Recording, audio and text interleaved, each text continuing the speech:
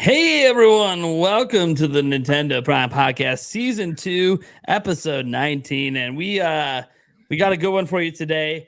Good in certain ways. Tears of the Kingdom leak this week. So that's, maybe some people were hoping they would at least wait a week before that happened, but it happened this week. We'll be talking about it. By the way, I'm just going to note right off the bat, and feel free to remind anyone who pops in the chat and is wondering about it along the way, we are not going to be talking about spoilers. Anyone who's trying to spoil things in the chat will be timed out by our moderator crew. They already know this. This has been the case since the leaks happened. It's just a policy at our channel is once a game fully leaks, we basically stop talking about game leaks. I know I'm a channel that covers leaks, but I once a game fully leaks, I'm not trying to spoil the whole game for you guys. It's fun to cover leaks to a point for me, but we're actually have a conversation on that too, on like covering leaks, not covering leaks, all that stuff. That'll be a conversation we have later because we do have someone on the show who's doing it a little bit different over there. How's it going? Welcome Nintendo Talk to the show. How are we doing? I'm innocent, Nate. If you watch my videos, I kind of like walk the line of like talking about spoilers, but not really. It's hard to not talk about them. They're very exciting, but yeah, I'll be good tonight. Yeah, we pretty much every question people have had about the game is answered now, but yet I can't answer it to you guys because we don't talk about it. So yeah, I'm glad to have Nintendo Talk on the show here. Is this your first time or second time? I can't remember. First time. First time. Yeah, there we go. Nice to have you on. I was on their show, Kids of the Kingdom, although it was called something different. That show, I can't remember. Knowledge of the, I don't know. It was something weird. He likes to change the name. Yeah, it's me and Zach from Switch Force, Kids of the Kingdom. Don't let him tell you anything different. Yeah, I was on their second episode. They just did a third one this last weekend. So let me see. Right below him, we have my co-host, as always, Eric Moore. How's it going? Good. Hello, everybody. All right. Right next to Eric Moore is Nick Barrett from the Joystick Drift podcast. How's it going? It's going good. We hit 1,000 subs today, so I'm very excited about that. There it is. Yeah, when you guys are done watching our channel, be sure to go over and watch their latest episode of their podcast because they did a ranking of all like 200 plus amiibos. So yeah, and we somehow did it in an hour and a half. That's insane. Wow. That's less than a minute per amiibo. That's insane. I don't even. Yeah. Damn. Efficient. That's what you call that. Yeah. Above Nick Barrett, we got good old Real Dern, the Darrenator from the Zelda Informer days. How's it going? I'm over here, and just admiring Nick Barrett's hat over there, twinning with the Switch case here. Oh, there you always go. Love In that sync. symbol. Always. Yes. I just got this symbol rocking over here. The one that matters now. The new one. The one that matters now. Yes. Yeah. We'll all be talking. That's a leak, Nate. Spoilers. Oh no. Then directly below me, we have the one and only Andres Restart. How's it going? I'm doing all right. Yeah. Thanks for having me. Did you increase your stamina? I did. Yeah. You're welcome, by the way. 10 of the votes in the polls were me on alternate accounts swinging the vote. You son of a It was bee. actually hard. Oh, Darts was man. winning. You weren't paying any attention. And I was like, change, switch. What? Yes, I took the lead. I can't believe you did that. By the way, I went ahead and I got more shrines, so I doubled up on the stamina. I was like, you know what? We're just making this a 3-heart challenge in master mode. I don't know how I'm gonna do it, but we're doing it. So I was like, guys, he's made it this far. I can't let him. Right, that's the thing. Like we've already done like a handful of streams. We're in Hyrule Castle already. So like, let's just go all the way. Might as well go all the way. Trial of the Sword. I have no idea how that's going to be completed, but we'll see what happens. The trials, that's just ridiculous. Those are just ridiculous, especially master mode. Yeah, three heart and Trial of the Sword's gonna be rough. I'm having a rough time with it right now, and I'm not 3 heart in it. So. Yeah, I mean it's hard in normal mode with all the hearts. Well, yeah, go look at that. I don't even know if I'm going to complete Trial of the Sword before Tears of the Kingdom comes out. I'm trying. Like every day I'm trying, and I'm just not. But Nate, it's already come out. What are you talking about?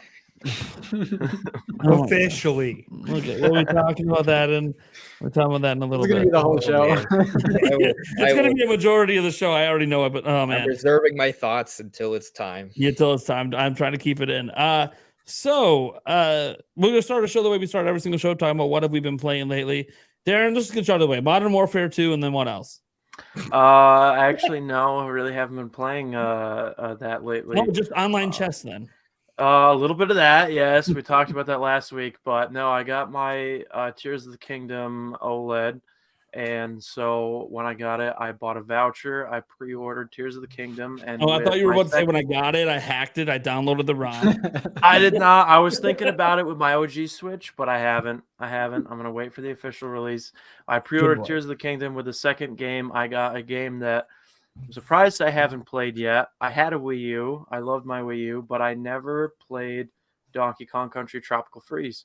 So I snatched that. I've been running through that. I'm about halfway through it. Absolutely loving it. A little snack before Tears of the Kingdom comes out. So I'm enjoying that right now. But we all know that's going to come to a halt in the next 10 days here. So, I mean, if you want to be the best legally, you buy isn't it like a New Zealand digital copy or something, and you could play it at like 6 a.m. on Thursday. Yeah, I'm waiting. I'm waiting till midnight Thursday. I'm gonna do it legit in my time zone. Dude, I'm going to I don't care that much. I'm gonna be. I guess people don't know this yet. I'm gonna be live streaming from my phone, picking up the game at midnight launch at GameStop. So we're not actually streaming the game that night, though, guys. Sorry, we're going live at 8 a.m. the next day because we're going for 12 hours. We're doing it all day. So nice. No, I got 10 days off. I booked my vacation. So I'm staying up all night that night, midnight, just like I did. The last game I did this with was New Horizons, Animal Crossing. Just gonna preload it, and at midnight, jump in, play until I fall asleep, wake up, play again until I fall asleep, and we'll see the next 9 days how far I get. Hell yeah, man! Can't wait for that Wednesday podcast that week when we've all been playing it. That's going to be an interesting one. The one right after. Yep. Yeah. Andres, did I tell you that podcast on the 17th at noon? I don't know if I told you. Is this the one with Kid and Krista? Yeah, they're coming back on the 17th. I heard you mention that, so I assumed that one. Yeah, I didn't. I forgot to talk to you about it. I was like, I think he'll be okay, but I probably should confirm he's going to come on. The 17th? Yeah, the 17th. It's 2 Looks weeks good. from today. Looks 2 weeks good from today. It's a little. I could take a break for from me. playing Tears of the Kingdom for He's that. Be sure. Tears of the Kingdom while the podcast. I might. Check my calendar. I might be able to give you about 20 seconds. We'll be fine. Yeah, we got Kit and Krista guys coming on the 17th at noon, along with Monster Maze and potentially one other Zelda YouTuber. So still working on that. What's really cool about noon shows is all like the big Zelda YouTubers are from overseas, so it actually works for them. So there's that. Next week, I might as well just tease next week too. We got Sombro Nation coming on next week. So nice. Maybe HMK. HMK was like, I promise I'll be on next week. And then he's like, well, I don't know, bro. We'll see. It's just HMK is the way. I haven't talked anyway, to if he shows up, he'll be here for like 10 minutes. I love that guy. Anyways, well, I'll just restart. What have you been playing lately? I mean, Breath of the Wild Master Mode. Clearly, right. So when I'm live streaming, I'm playing Breath of the Wild, doing stupid hard challenges. Today we raided Hyrule Castle, which was fun. And I realized that no matter, even a 60 power weapon will not one shot an enemy with a sneak strike. You have to do it like several times. But beyond that, I've been playing Xenoblade Chronicles 3 Future Redeemed. I saw that some people beat it in like a day. They just played it straight the entire time, which just baffles me. But it's a good time. Hoping to beat it this week so I can maybe make a video on it this weekend. But it's pretty good. It's definitely like a nice send off, at least so far from what I've played for like the entire Xenoblade trilogy, not including X. It's kind of outside the trilogy. It's pretty good. Now, I know we talked about this a little bit last week, but now that you've been playing it for a while, how is it compared to the base game? Feels like the base game, but like different characters, different area to explore. I think I like the affinity scenes more. So in this version, every affinity scene, they're easier to unlock. Xenoblade 1, they were like impossible, the heart to hearts. But like they're usually, it's based off progress. It's like what chapter you're in. If you've progressed enough in terms of chapters, you can see them. And what they are is that, okay, you'll see like a little blue circle, you hold ZR, and it just kind of, it gives you a dialogue, and it's kind of talking about the scenery. because if you know about Xenoblade 3, it's kind of like a merged world of 1 and 2. There's plot that explains that. It's not just random. And it's cool because it's like if you've played throughout the series, they'll talk about important historical moments that happen in different Xenoblade adventures. So like all of Future Redeemed is like a huge like love letter to the game. That's a huge nostalgia fest.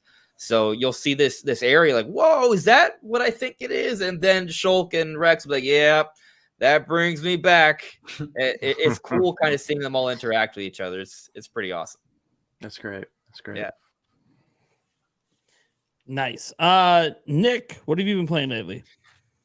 Xenoblade, doing that DLC. I'm trying Future Redeemed to finish it before Zelda, and I mean, I got what 8-ish days. I might not be able to finish it at the rate I'm going. How many hours have you clocked?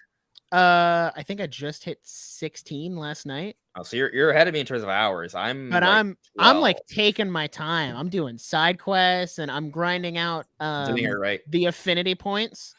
Yeah. So I really love it though. It's so fun. I mean, I've only really played Rex because I like playing attacker. But I do kind of what you said, Andres. I love the affinity scenes, and it does feel in the same way that like the base game kind of felt more like a love letter to 2. This feels more like a love letter to 1. So you're kind of getting, even though like they both had references to both games, they obviously leaned in one direction more so than the other. So I like that Future Redeemed is like, oh, we're in Colony 9 from Xenoblade Chronicles 1. Remember when you were there? So yeah, I've been having a lot of fun with that. I'm also trying to figure out what I'm doing next week because my GameStop is doing a midnight launch and I want to go and try to get a collector's edition. And I'm kind of on the fence of like, do I want to stay up that late or do I just wait and go the next morning? So I don't know. It's up in the air for me. Starbucks. Which I guess I'll know. Or energy drink or something. The difficult thing will be all right. The difficult thing is like I have a collector's edition coming from Walmart, but it's shipped. So I'm really worried it's not going to get here until like days later. So it's kind of dependent on whether or not that ships mid next week and will be here on Friday. If it's not, I'm like, all right, I'm going and I'll just return the Walmart run and keep the GameStop one because I don't want to wait. I want to be up all night Thursday into Friday, all day Friday, just do nothing, have all my videos pre-scheduled and everything. It's going to be great. Yeah, that's going to be the hardest thing for me is I'm doing the midnight launch thing, I'm picking it up, and then I'm just immediately going to bed. And I got to somehow sleep knowing the game is just... It's going to be like Christmas. But I just keep telling myself, you need a good night's rest. You're streaming for 12 hours. You need a good night's rest. But Tears of the Kingdom's here. I can hold next to me in bed. In my hand. I can lick the cartridge. What are we doing? Yeah, you have fun with that. I'm playing at midnight and I'm going to play all night. I don't care. It's okay. The way I figure, people that might watch a stream are people that have been playing all night anyway. So they're going to be like, oh, nothing spoiled for me. Let's see what he's doing. Right. We'll see. I'm also going to make a whole like unboxing video of my collector's edition. I have the Pro Controller and the Amiibo. So I might do all that Thursday night, sleep, and then get up early Friday and just go crazy. Awesome. Eric, what have you been playing lately? I cracked open my Xbox for first Hell time yeah. in forever. I was going to say, are you ready to trade for my Series S so I can put that Xbox to work over there? Did it cough any dust? Yeah, right. The fan went poof, and dust came out of the top. I downloaded Payday 2, played a little bit of that just because. That was pretty much it. But yeah, so quick and easy like normal for my gameplay. Nice, man. Let's see here. Nintendo, I think you're who's left. What have you been playing, bud? I am one of the 40 people who bought Advance Wars 1 and 2. So I've been hey, hello there, brother. Hey. It's number 1 on the eShop. There's probably been more than 40. That's true. Bought it physically. Yeah, beat out all the shovelware. That's great. No, that's been fun. I've heard some hate about the graphics, like the newer graphics. I like them. I think it's good. I forgot how difficult it was. I only played the first one before, so I'm not finished with the first one in this because there's 1 and 2 in this. So I'm looking forward to that, trying to play it as much as I can because whatever games we're all playing are not going to be played soon. So It's Yep. yeah, because I also have real Advanced Wars, right? Mm. But the thing is, I've already done my Advanced War coverage, right? Mhm.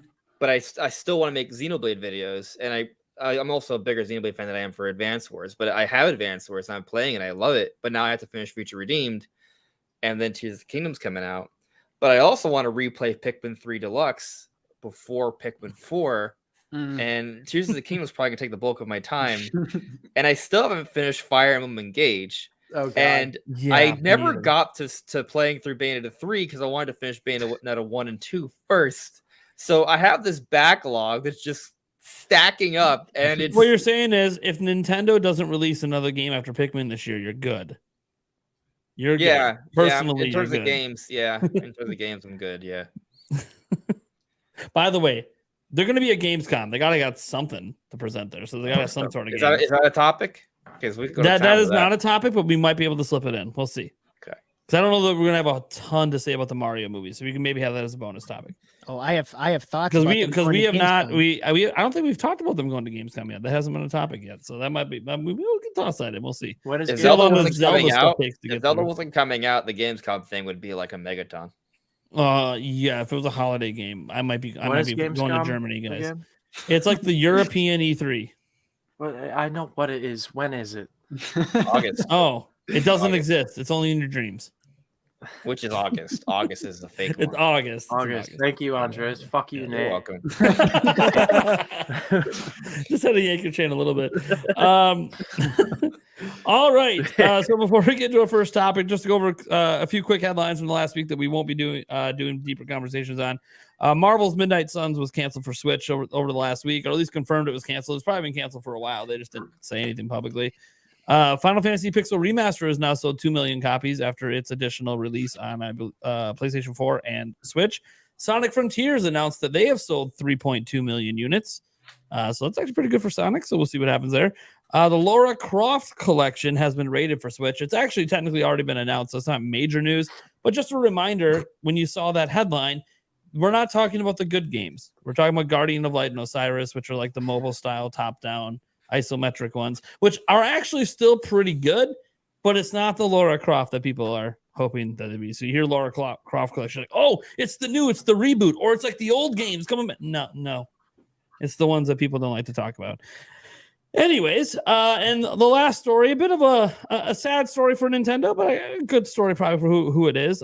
Composer Ryo Nagamatsu, I'm really sorry, I know I butchered his name, has left Nintendo after many, many years. He's done work on things like Link's Awakening Remasters, Splatoon 3, Wii Music, Mario Kart Wii, and Mario Kart 8, Mario Galaxy 2. He did one of the most memorable songs in that track, and many, many others. He was hired by Nintendo in 2006. Obviously, we wish him well in his next chapter, and it does appear that he left on completely good terms, and he just wants to help the video game industry in a much wider role, so probably help young and aspiring composers coming up. So good on him. I thank him for many of his works, and now we get to talk Zelda. So hell yeah. Our first topic. Tears of the Kingdom has leaked. It leaked back on Monday. There's a lot of things we could talk about with this. I'm not going to go through the whole list right now. First, We're let's not just talk. spoiling anything. Nobody Yeah, there will be no worry. spoilers. And I swear, if any of the people on this show say something spoiler, I have a button to press to remove. You know, I can't have to remove your ears moderate. from hearing it, but I have to. I'm just gonna get this out of the way. I have to moderate comments on my own channel, even though I'm avoiding leaks. So yes, I already know the final boss is Tingle. No way. that's it. Yeah. I was going to spoil and say Off that the Link was in the podcast. game. Ugh. Damn it. I Thank really you. didn't want to have to do that this early. He's gone. He's gone. I forgive. Anyways, Tingle is not the final boss. I think. I mean, I technically don't know. I've been Yeah, I don't know. I anything think final boss. I mean, I assume Ganondorf, but that's because we already know about Ganondorf. So Well, but We'll the see. website does refer to there's this mystery, right? Like what is the true what is is Ganondorf like just like a, you know? And it says not like real- craft and control your world, master your imagination. My imagination is Tingle as the final boss. So No, or better yet, what if the actual final boss is the Master Hand, and it turns out it's the Tears of the Kingdom has a post-credit scene that reveals that there's a Super Smash Brothers movie coming. Oh, here we go. Now we're just getting right into the theory. Now we got leaked already. Post-credit scene of the Mario movie with Yoshi, and they, you know, Here we go. Nintendo Here we go. Cinematic Universe confirmed. Yoshi's boy. the protagonist of the Smash Bros. Movie, confirmed. This is not how I thought this topic would start. Anyways, so Tears of the Kingdom leaked on Monday. It's out there. If you guys want to find it, you can. You shouldn't, but you can. What do we think first off about the game leaking? You know, it's leaking almost 2 weeks early, a couple days short. It happens to every Switch game, but it's not a surprise. You know, like you said, it happens to every Switch game, and I've seen some. I've been trying to stay away from it, but I've seen a lot of impressions from people that have been playing it on their PC, on their Switch. Not surprised at all. And you know, honestly, if I had a little more time on my hands, I'm not gonna say as I wouldn't, but I think I heard some lightning. I think I might have heard Darren almost admit to a crime publicly. Hold on. I haven't committed any crime. I'm just saying. I'm possibly I just would. hold on. But no, There's someone it's, at your door, Darren. If you hear a sudden knock, the ninja showed up. Well, no, it's not surprising. I think everybody really expected this to happen. I've seen a lot of people up in arms about it online, and really, I mean, what were you expecting? It was going to happen. I think people just hoped it was going to happen happen next week instead of this week. Yeah, and you know, it sucks because you got to be careful. You got to mute words on Twitter. You got to get off of Reddit, whatever. Okay, Definitely stay off Reddit. Yeah, stay off of Reddit because I've seen some things that I didn't want to see. You will Nothing see major, everything but if I've you're on still Reddit. seen some things. And yeah, stay off of Reddit. But I'm not surprised, and I'm surprised that people are. So if you're one of those people think that they're are just angry. surprised it's leaked, then what are you doing? I think if people are surprised, they're either just angry about it, or they haven't been this passionate about all the other Nintendo games that have come out to realize that this happens every time. Every single time. Yeah. Every time. Well, with Pokemon Scarlet and Violet was 3 weeks early for that one? Yeah. It happened with Breath of the Wild too, you know. Yep. I mean, just stay away, people. Just hunker down, throw your phone in a drawer, just chill. Social It'll come media out soon. blackout for the next 9 days. Yep. The worst part is most of the spoilers that I've seen are like people typing, like it's been a message or something. As far as images and videos, maybe it's just me, but I'm not seeing a ton of them. Like I haven't seen anything. Yeah, You if I haven't want to seen the find them, I 70 can. plus live streams that have happened since Monday? No, because I feel like you have to search that out. For a You know while, what? you didn't have to if you were on TikTok. That's for sure. That's true. There was Okay, a well, I TikTok don't use stream on there for TikTok. like 12 hours straight. I'm just casually scrolling. Oh, look, there's Tears of the Kingdom. Just keep going. Just, oh, look, it came back around. Here's Tears of the Kingdom. Oh, my God. I haven't been on TikTok in months. I deleted that off my phone so long ago. It was You so know I what? gotta time-consuming. say, I was agree. like, nope. I deleted TikTok probably like 4 or 5 months ago, and I haven't looked back. But I'm on is YouTube TikTok a Shorts, fad? so I guess I'm still part of I the better problem. check the stats. Is TikTok going down? I Might have don't been a know. fad I think app. short form content is here to stay. I don't know about TikTok. It'll be here forever. Whenever someone complains Especially if about my there's Tears of the videos- Kingdom live streams on it. It'll be here forever. There are. Whenever someone There's- complains about my videos being too long, I'm like, listen, if you didn't want me to tell you a 12-minute discussion in 30 seconds, then go to TikTok. Why are you on YouTube? YouTube Shorts. Yeah. No, if you're Yeah, on I'm YouTube, watch a short. Shorts. I love You it. didn't click on a short. What do you expect? Right. Yeah. Like if You you're on knew a the length short, of it the doesn't video take before us you the video. clicked. Yeah. You Right, knew the like- length. It says it right on the video how long it is. Yeah.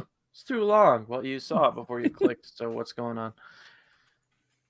I Yeah. haven't seen anything. Well, I can't say I haven't seen anything. I saw one thing on Monday right as it leaked.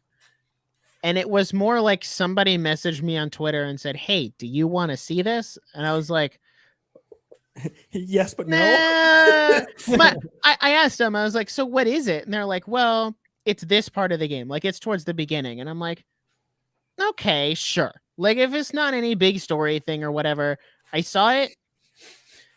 Just makes me want to play the game now." Like That's the problem. It kind of makes the Yep. wait harder. Yeah, It's like it's out there. We can learn everything. If you want to be dumb, you can play it yourself. And it just makes you like, nope. I gotta wait 9 more days for this thing that I can technically know everything about if I want. It really tempts you.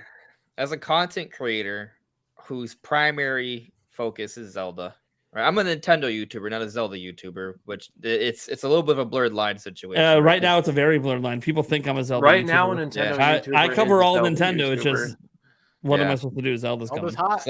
Someone was mad at me for talking about Metroid today. It was like, "Oh, this is your worst video ever." I'm like, "No, it's not." Even if you think this is my worst, you haven't seen anything yet. I also actually felt pretty good about the video. It's just they just hated it because it wasn't what they wanted. Mhm. Yeah, they wanted Zelda. I'm Yeah. sure. Yeah.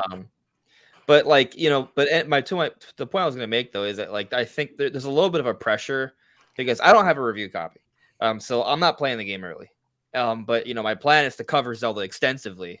So, there's this one part of me that would benefit by playing it now, because then I can get like tips videos lined up, theory videos lined up, and beat a lot of people to the punch.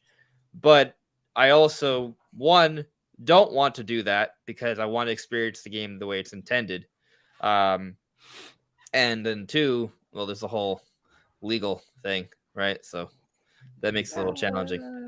Yeah. That said, Darren's over there just straight up saying, "I will commit a felony if I didn't play this game right now." Yeah, I could play this game right now if I wanted to, but I'm not. I'm not so sure if I believe him anymore. Anything. I'm not so sure if I believe him anymore. He literally says, "Oh, it's illegal," and you're like, "Eh." I'm like, "Okay, yeah." He's just trying to. Darren's 30 hours in right you've now. been playing it and call it a day. It's over for you. I'm not. The internet knows. I'm very proud of the fact that I haven't. I could, but I'm not. I have my old Switch just sitting here waiting to be hacked. And he says that as he goes to dock it casually because it's dying and it pops up on the TV behind him, and you're like, "You're done now." Ninja's really coming. Did you guys see that guy on Twitter who got quote Reggie? retweeted by Reggie, and he deleted everything and like destroyed his account? I was like, "No, I didn't see that. What happened?" Yeah, so this guy apparently had Tears of the Kingdom early, and he had it like in the Switch, and he took a picture of himself pointing at the TV with the little icon there. And Reggie quote retweeted that tweet with the iconic Liam Neeson line where he's like, "I have a particular set of skills. Like, I'll find you. I'll hunt you down." And like an hour after that, the tweet was deleted and his account was gone. And I was like, I mean, if I got quote retweeted by Reggie, I would quit too. I love Reggie post being the president of Nintendo of America because it seems like he's letting his sense of humor go a little bit more than it would be if he was being watched by Nintendo. Yeah. And it is hilarious. That is hilarious. If I got quote tweeted by Reggie for that, I'd probably delete my account too, honestly. I may not be able to hide from the FBI, but I will try to hide from Reggie. We're assuming that this was a voluntary delete. See, Right? Yeah. See, that's the Yeah. We're assuming this was voluntary. Elon Musk is out here like none of that. None of that. No Tears of the Kingdom spoilers on Twitter. Reggie screenshotted that tweet and he reposted it, and he's like, "This was what the tweet was." It's hilarious. You can go there now and see it. I'm gonna have to go look that up. That's hilarious. I think I'd take my chances with the FBI, Darren. I'm more scared of Reggie hunting me down. Yeah. The more surprising thing was the physical copies that were leaked, like the collector's edition and the Mercari situation. How does that get out so early? Like they shouldn't. Man, I feel like they shouldn't have shipped until now. Like not last week. Yeah, ship now, maybe arrive at the end of the week. Yeah, they shouldn't be in store until next like Thursday because that's the midnight launch. Well, look, you're gonna ship them probably like if I would have them in warehouses in the local places this week, and then I'd ship them from the warehouses on Monday to arrive maybe by Wednesday because you're gonna want them. You don't want to risk like suddenly it's Friday and your shipment didn't arrive because that's gonna piss off people. So. I can understand that it arrives early, but it really shouldn't arrive till next week. This kind of sets up a thing that I'm wondering because obviously Nintendo's really pissed about this, but even though they also knew it was going to happen, they're never happy when it does. Is there going to be a future where either we just only have digital games because frankly the leaks happen because of physical copies, or a future where they do what they do with Prime Remaster and they say you're going to get it 2 weeks after the digital version comes out. I don't think. I feel like that's not because then they don't got to worry about though. leaks at that point. Like they could do it with something like Metroid Prime, but could they get away with doing that with a brand new Zelda game or a brand new Mario game? Like I don't know. Like the I'd wait 2 competition weeks. selling systems that don't even take physical copies. So, I mean, I think in this climate, I don't think you could get away with digital only than physical only for Tears of the Kingdom. I mean, you could get away with it technically because you're Nintendo, but people aren't going to be happy. Andres is trying to tag himself in. I have an idea, and I know it's something that people are not going to agree with because it's different and it's also potentially stupid. So I'll put that out there before I say what I say. But what if Nintendo, for their next generation system, did decide to go fully digital, but they have a sort of countermeasure for that? Because I mean, on one end, like Nintendo would love to go full digital because that increases their profit margins, right? And also they can avoid leaks, which also increases their profit margins because then more people will be forced to just buy the game instead of downloading it illegally. But then also it controls just like the information getting out there when they don't want to. Like it benefits Nintendo in so many ways to just go digital. The only caveat is people being really upset because they don't feel like they own the game physically, and a lot of people are against digital. And a lack of trust of carrying digital libraries forward. Sure.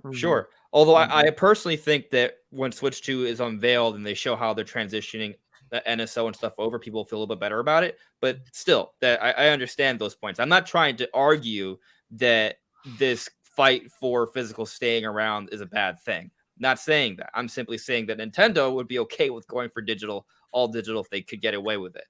So what if they did go full digital next gen, but they started doing this thing kind of like Amiibo, but to another level, where like every time they have a published title, they release some sort of physical thing that is like a celebration of that game. That's a cool collector's item for us fans. It gives us something physical to retain, to kind of enjoy and appreciate, but also it also grants us a digital code. So we still get the game regardless, but it's not actually a game on a cartridge anymore. Basically, over-embellished Amiibos. But it's a little bit flexible because it can be something different depending on the game. So it could be basically like a little figure of Link, and it comes with a download code, and you get it on launch day. Yes. But the download code wouldn't be able to be redeemable until launch day, so early copies wouldn't be an issue, is what you're saying. Yeah. And it gives us something that's cool, and it works. Now, it doesn't. It's still a download code, right? Which will upset people because they don't feel like they actually own the game. But it would be cool. Yeah, the biggest thing hurt with digital only, besides resale and yada yada, I think is the idea of like, in my house, I could buy one copy of the game and just share it with people if it's physical. Like, here, kid, take the cartridge. Here, Yulia, have the cartridge. So like now I got to buy a copy basically for everyone. And I know you could put your accounts on multiple Switches, but then what happens if like someone wants to play at the same time? Then that doesn't really work. So I miss the GameCube era where you could take your disc, take it to like, or you don't even have to take the disc, right? You just take your memory card and you can play your file on someone else's. Your file on someone else's. Yeah, that was nice. That was awesome. I don't think we're gonna have to worry about that for a while, though. I don't think games are gonna go fully digital for at least, at the very, very, very, very, very minimum, 10 years. I think it's gonna be a while before we reach that realm of possibility. So, Nintendo's last figures were about 50% of the sales were digital. So I mean that's good, but for them that's good. But let me I think that means physical sticks around one more gen. Yeah, I agree with that. At least I agree with that. But let me throw this out at you to kind of iterate upon my idea. So what if Nintendo does start doing $70 games? But if you buy digital, you get it for $60. However, if you they're kind of doing that now. The vouchers. They brought the vouchers back when they announced the price of Tears of the Kingdom. But like, so if you buy the $70 version, it comes with like an amiibo or something, right? So it kind of gives some sort of value to that, right? But it's also charging more, and what it's going to ultimately do, it's going to start weaning people off buying physical, because if they can get digital for cheaper, more people are going to start buying digital. And then if it gets to a point where 90% are buying digital, then the next gen, they might be like, hey, if 90% are buying digital, we probably can make the full jump. I mean, I'm living proof that people who preferred physical games can switch to digital. I bought physical games forever. That was my preference. But, honestly, like for me, Nate knows, I live in the middle of nowhere. The nearest Walmart is like an hour and 15 minutes away from me. Nearest GameStop is the same amount of time. I don't even know how he has internet, if I'm being honest. Yeah, me too. But no, I switched to digital because it's just more convenient. Is it going to suck in 10 years when the Switch eShop closes down and I can't buy Breath of the Wild on my Switch? Absolutely. But it's a price to pay. It's a price to pay. Physical games are great. Props to anyone that's collecting them, that still buys them. If I had unlimited amount of space and a bunch of money, I would also probably have a physical game collection. But for me, I was a physical game person. I'm not now. And I think as time goes on and you see more of, like you said, Nate, other companies are selling digital only consoles where they don't have a disc drive. They charge more for the disc drive. We're going to see more of that. And I think you're going to see more people switch over to digital only. Like you were saying, it's going to happen, and there's going to be holdouts, but there's going to be way less holdouts as time goes on, I feel. Yeah, I guess we'll see. So one interesting thing about this, and I don't know how much everyone's paid attention outside of my channel, but do we dare talk about Kotaku? Oh God. I mean, talking about Kotaku in general. All I'll say about Kotaku is I skimmed the article. That was it. Well, okay. So you gave him a click? No, okay, hold dare on. you? How dare you? Listen, I really wanted to know and ad block and everything else. I really wanted to know how bad the article was, so I skimmed through it and read the headlines, and then I was like, you could have just went to archive.org, not give anyway. That's true. just a tip. Wait a day. Archive.org has it. Anyways, that's okay. No, it's fine. Look, I did a click out too because I had to check it out. Like I'm reporting now, I got to do my research. So just to catch everyone who's watching up in case you haven't seen, there was a few things that happened with Kotaku. The writer of that article yesterday, Ethan Gash, went on Twitter last week to complain about Kotaku not being invited to the demo event, basically saying that Nintendo has them blacklisted. And the fact that Nintendo has them blacklisted is unprofessional and coercive. For those who don't know, they've been blacklisted since 2021, late 2021. Kotaku's never really published the reason why they were blacklisted. Turns out it might have something to do with a certain article they did on Metroid Dread the day after release, where they were talking about how well it runs on emulators. And if you want to play old Metroid games, don't buy them, pirate them. Thank God for pirates. These are actual quotes from the article. You won't find that in the article today because Nintendo was not happy, contacted them, they edited it and removed all that stuff. But you can go on archive.org, find the original article. It's pretty bad. So calling Nintendo unprofessional in a situation where you behaved unprofessionally felt really, really weird. And then they put up that article. Again, this was created by Ethan Gash, where, for those who don't know, basically they put a bunch of spoilers from all the leaks, which they're all gameplay spoilers, so it's not story stuff. But a bunch of gameplay spoilers, content spoilers, etc. In a giant article. Here's all the things we learned from the Tears of the Kingdom leaks or whatever, I think is the title or something along those lines. Which obviously when you do that, that's also unprofessional if you want to be somebody who is privy to review copies.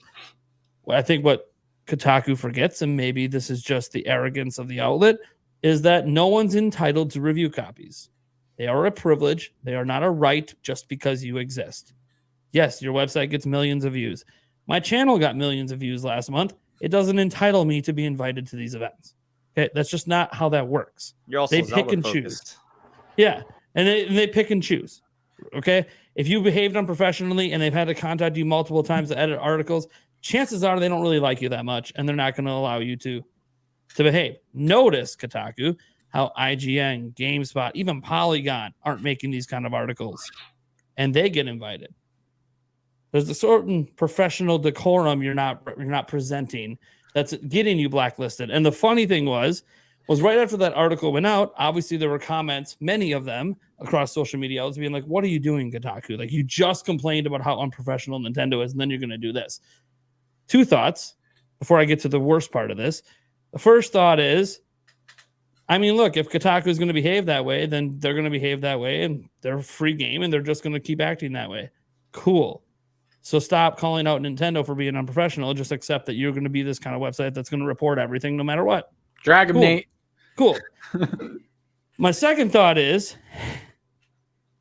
what the hell are you talking about, Luke Plunkett? Because he went on in that, quoting this person, Luke Plunkett's one of their senior editors, and then he went on to compare Nintendo and blacklisting to World War II. I don't know if it was necessarily World War II. I think it was just more of an ace fighter pilot. Okay, it doesn't matter. I was trying not to get into specifics. It related to killing people, basically. An image related to killing people. Now, after my video went up, I don't know if it's because of my video, because he was already getting a lot of flack. His Twitter account went private, yada, yada, yada, because obviously he's probably getting blasted by a lot of people. Arguably, rightfully so, when you're making a pretty ridiculous comparison and acting as if Kotaku deserves to not be blacklisted. By the way, Kotaku is the most blacklisted outlet in the world and is blacklisted by over a half dozen AAA studios. They're the only outlet. I think Kotaku deserves to be blacklisted, and I'm not one to defend Kotaku. And I think them acting unprofessional while calling Nintendo unprofessional is the pot calling the kettle black, obviously. However, if I owned a media outlet, a gaming media outlet, and I was blacklisted, you better believe I would be reporting on every single leak that I found. Sure. Every single leak. But here's the difference. Itself is fine. Yes. In my opinion, if you're blacklisted, you got a vendetta against the company, you're mad, whatever. If you're right or wrong, doesn't matter. You know, it's a logical step. You're going to report on leaks. You're going to be petty about it. You're going to be petty about it, and it's fine. But to make these accusations, you're being unprofessional, comparing them to tragedies, etc. That's so stupid. That's the problem. Stupid. What are you doing? Except you're a tabloid that's going to report everything you see, like a Deadspin. Cool. You think Deadspin expects to get exclusive interviews with a bunch of famous people? No, they just accept who they are. If Kotaku wants to be that way, you accept it and don't complain. They are that way. They want the cake and they want to eat it too, right? They want all the clicks. But then they also want the professional decorum from the companies to keep giving them access when they can't trust that day two, that they're not going to talk about Tears of the Kingdom emulation literally the following day after the game comes out, because they dumped their copy and they were emulating the game, and that's how they did their review. Like they just can't trust Kotaku. So, right. I mean, there is freedom of speech. Yes, they can say what they did. Nobody's saying that they can't. It's if you do say what you're saying, don't expect to get a copy of the game. Accept the consequences of that being that type of outlet.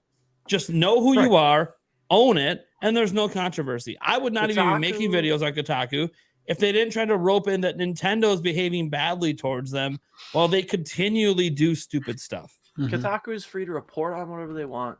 Kotaku is free to say about Nintendo whatever they want.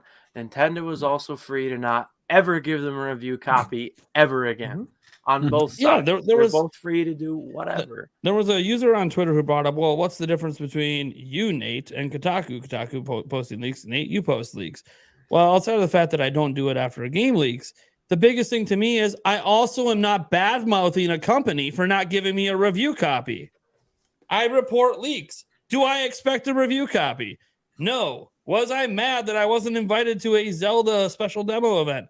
No, I don't expect it. I cover leaks on my channel. There's also a difference between reporting on leaks. I posted a couple images of the art book leak. Yeah, they're not going to invite me if I do that. It's cool. I accept that. There's also a difference on reporting on leaks and telling people to go pirate games. Well, I mean, there's also a huge difference. Though the initial article, that's a little bit of an unprofessional decorum. Like the day, like right around the time the game comes out, like wait a week, wait a couple of weeks, let people enjoy the I mean, game. even then, you still don't tell them to go pirate the game. Well, You as a tell- you say it professional looks cool on outlet, this, but you don't tell them go do it. technically Is that they didn't legal? say they didn't say in the article to go pirate Metroid Dread. I want to clarify. Okay. It's a They don't gray actually area. say go pirate the game. They talk about everything about how great it runs, but at the end is when they say go pirate the old Metroid games. And technically, in the United States, that is still illegal. So it's like, So they did solicit illegal activity. yes, they said. Well, yeah, their exact words were, "Don't buy the old Metroid games. Emulate them instead." They avoided the word piracy, but what does that mean? How are you going to play them if you don't buy them? Right. Yeah. So Right? I mean, what And you then a have line that here- says, "Thank God for pirates." So what you have here, you have a writer for the article. You have a writer that wrote this out and included those statements in there, advocating, supposedly, maybe advocating piracy.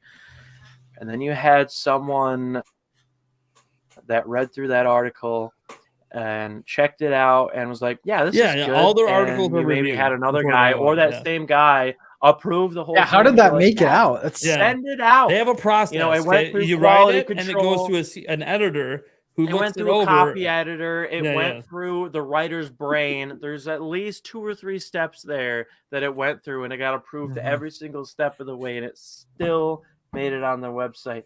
What are you doing? Yeah. What are you doing? What did you think was going to happen? I'll tell you what you didn't think was going to happen. Obviously, what's happening now, or else you wouldn't be upset about it. Yeah, it's kind of crazy.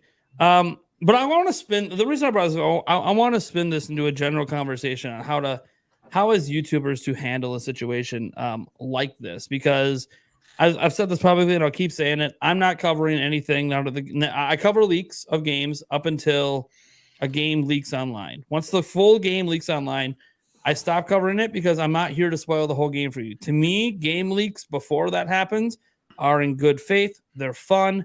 They hype you up and get you excited for the game. But once a full game is out there, now you're getting to the point that I literally could just tell you everything and you don't need to play anymore. So I don't want to do that. So I personally just say I'm not going to talk about that stuff, any leak from the game itself. But other channels do things differently, and that's okay. I've seen Switch Force putting out some videos. Seen Nintendo Talk over there put out some videos. So I'm very curious, because that's my side of the coin. So, Nintendo Talk, well, how do you feel about trying to cover leaks once a game is fully out there? Yeah, it's a weird position because I feel like it's something that we're not supposed to talk about, like taboo almost, but people want to. That's what they're searching right now. I mean, if you look at the best videos, they're all leaks or actual gameplay that people are doing, which is crazy. Yeah, I don't know how some of those videos. Yeah, there was one that was posted Nintendo's today. gonna be hitting those channels if because they haven't got there Yeah. yet. It's gonna happen. There was one that had 50,000 views of just gameplay in 3 hours, and it's no longer there anymore. So yeah, yeah, Nintendo's working overtime. They're nuking Nintendo channels. ninjas are out here. Yeah. Yeah, I don't know. I walk the line of, I won't spoil anything story wise. I feel like you have to experience that yourself. Some gameplay stuff though, I gotta watch what I say here, but just confirming whether or not there were dungeons, that was a big topic. Whether or not certain enemies were in there. I feel like gameplay stuff I want to know as a fan, but yeah, anything story wise, I'm clicking off. So, and when I start the video, it's always here's a spoiler warning. I think I gave 5 of them, so no one in the comments could say anything. Plus, you're watching a video on new gameplay details, so why would you click on that? So it's all about it's our responsibility to not put anything in the thumbnails, the titles, and just kind of be straight up with people what you're doing, what you're talking about. So sure, yeah, I agree. I mean, I think YouTube is the most dangerous place because you can mute words on Twitter, you can stay off of Reddit, you can stay off of Instagram, but YouTube, man, people love to just throw the final cutscene as the thumbnail for a video. And YouTube doesn't know any better than to serve up that video to you and say, hey, you like Zelda? Here's a Zelda video that's doing really good. You might like this one too. And I think kind of like what Nintendo Talk said, it's our responsibility to not put those things in the thumbnail. You can have it in the video and give your spoiler warnings and all that, because by the time people get to that, they've been adequately warned. It's on them if they're not paying attention or they just decide to watch the whole thing. So that's no longer on us. As for me personally, I've avoided everything story related. I don't want to know anything story related, but I have watched a couple of videos on like, okay, well, are there dungeons in the game or are there not dungeons in the game? What does the gameplay look like? Because I kind of wish Nintendo gave just a little bit more in terms of that, like not story stuff, but just like a little bit more on the gameplay side. Because I do kind of want to know what I'm getting into. As someone who's also seen some things, because I'm always researching Zelda stuff, so I run into everything. Let's just say that I'm even more confused at Nintendo's marketing because they pretty much they showed us nothing. There is so much. They left major things out, like selling points, even. But things that could have, as an example, could have destroyed the DLC argument. Yeah. Mm-hmm. Like just with one sentence. I mean, I think they already did that. They did that with that last trailer. With that last trailer, they did. That last trailer but there's some stuff in there, like there's the more traditional Zelda fans who are like, I didn't like Breath of the Wild because it was too untraditional and too open. Okay, well, there's stuff in this game that would have totally won them back over, and you didn't say it. So are they just waiting, I guess, for word of mouth to get out? Like for the content creator to say, hey, probably reviews on forward, stuff. They're probably like, those people will be caught by the reviews and the word of mouth. I think Nintendo really banks on their games. I don't think they totally bank on their marketing as much as other companies. You know, they know their audience, they know their customers, and they know, I mean, with Breath of the Wild, there was a lot of word of mouth going around. I really think they're banking on this game comes out, people are going to play it, people are going to buy it based off the hype, people are going to buy it based off the fact that there's Zelda/Nintendo fans. Word is going to spread, and I think they're really operating on a policy of the game speaks for itself. You know, as someone who's seen a bunch of leaks, you guys have seen a bunch of leaks, no spoilers, but the game's not DLC in any measure of however you want to talk about it. I don't think you need to see the leaks to know that, right? Like I've heard a couple little things, right, that I'm not sure are true or not, but like you don't need the leaks to know that it's right. It's not. But I mean, the leaks just further confirm that in a spectacular way. I won't talk about it anymore. I mean, and here's another reason that I avoid it, because like I know I have this big live stream event coming up. I'm doing like almost a week straight of playing like 12-hour streams. Another reason that for me personally, this is a content creator I'm avoiding, is because I know I'm streaming the game. I think my live stream is going to be more entertaining if I don't know what's about to happen. Absolutely. Right. That's surprise factor. It's like people get a raw, real reaction of a Zelda fan playing this game for the first time, You ever see a fake live reaction? Yeah, I've seen the fake ones. Yeah. I think that would be fair to call cringe. Right? Is that too insulting? Yeah. So, yeah. I like when people say, so I've already seen this, but now let's live react. Wait, what? And just for the record, I just want to put this out there. I'm not judging anyone who has taken a look, right? Because I get it. I get it, right? Yeah, I totally get it. If I wasn't a content creator, who knows what I'm doing? Right. And just for the record, right? I have not seen any footage, but I'm relatively aware of what people are saying, and even though I'm not 100% sure, there are comments that come up with consistency that I can kind of guess what is happening, right? But by not actually confirming it, there's some level of doubt, so I'll still have that surprise when I actually play the game, especially if I don't see any footage.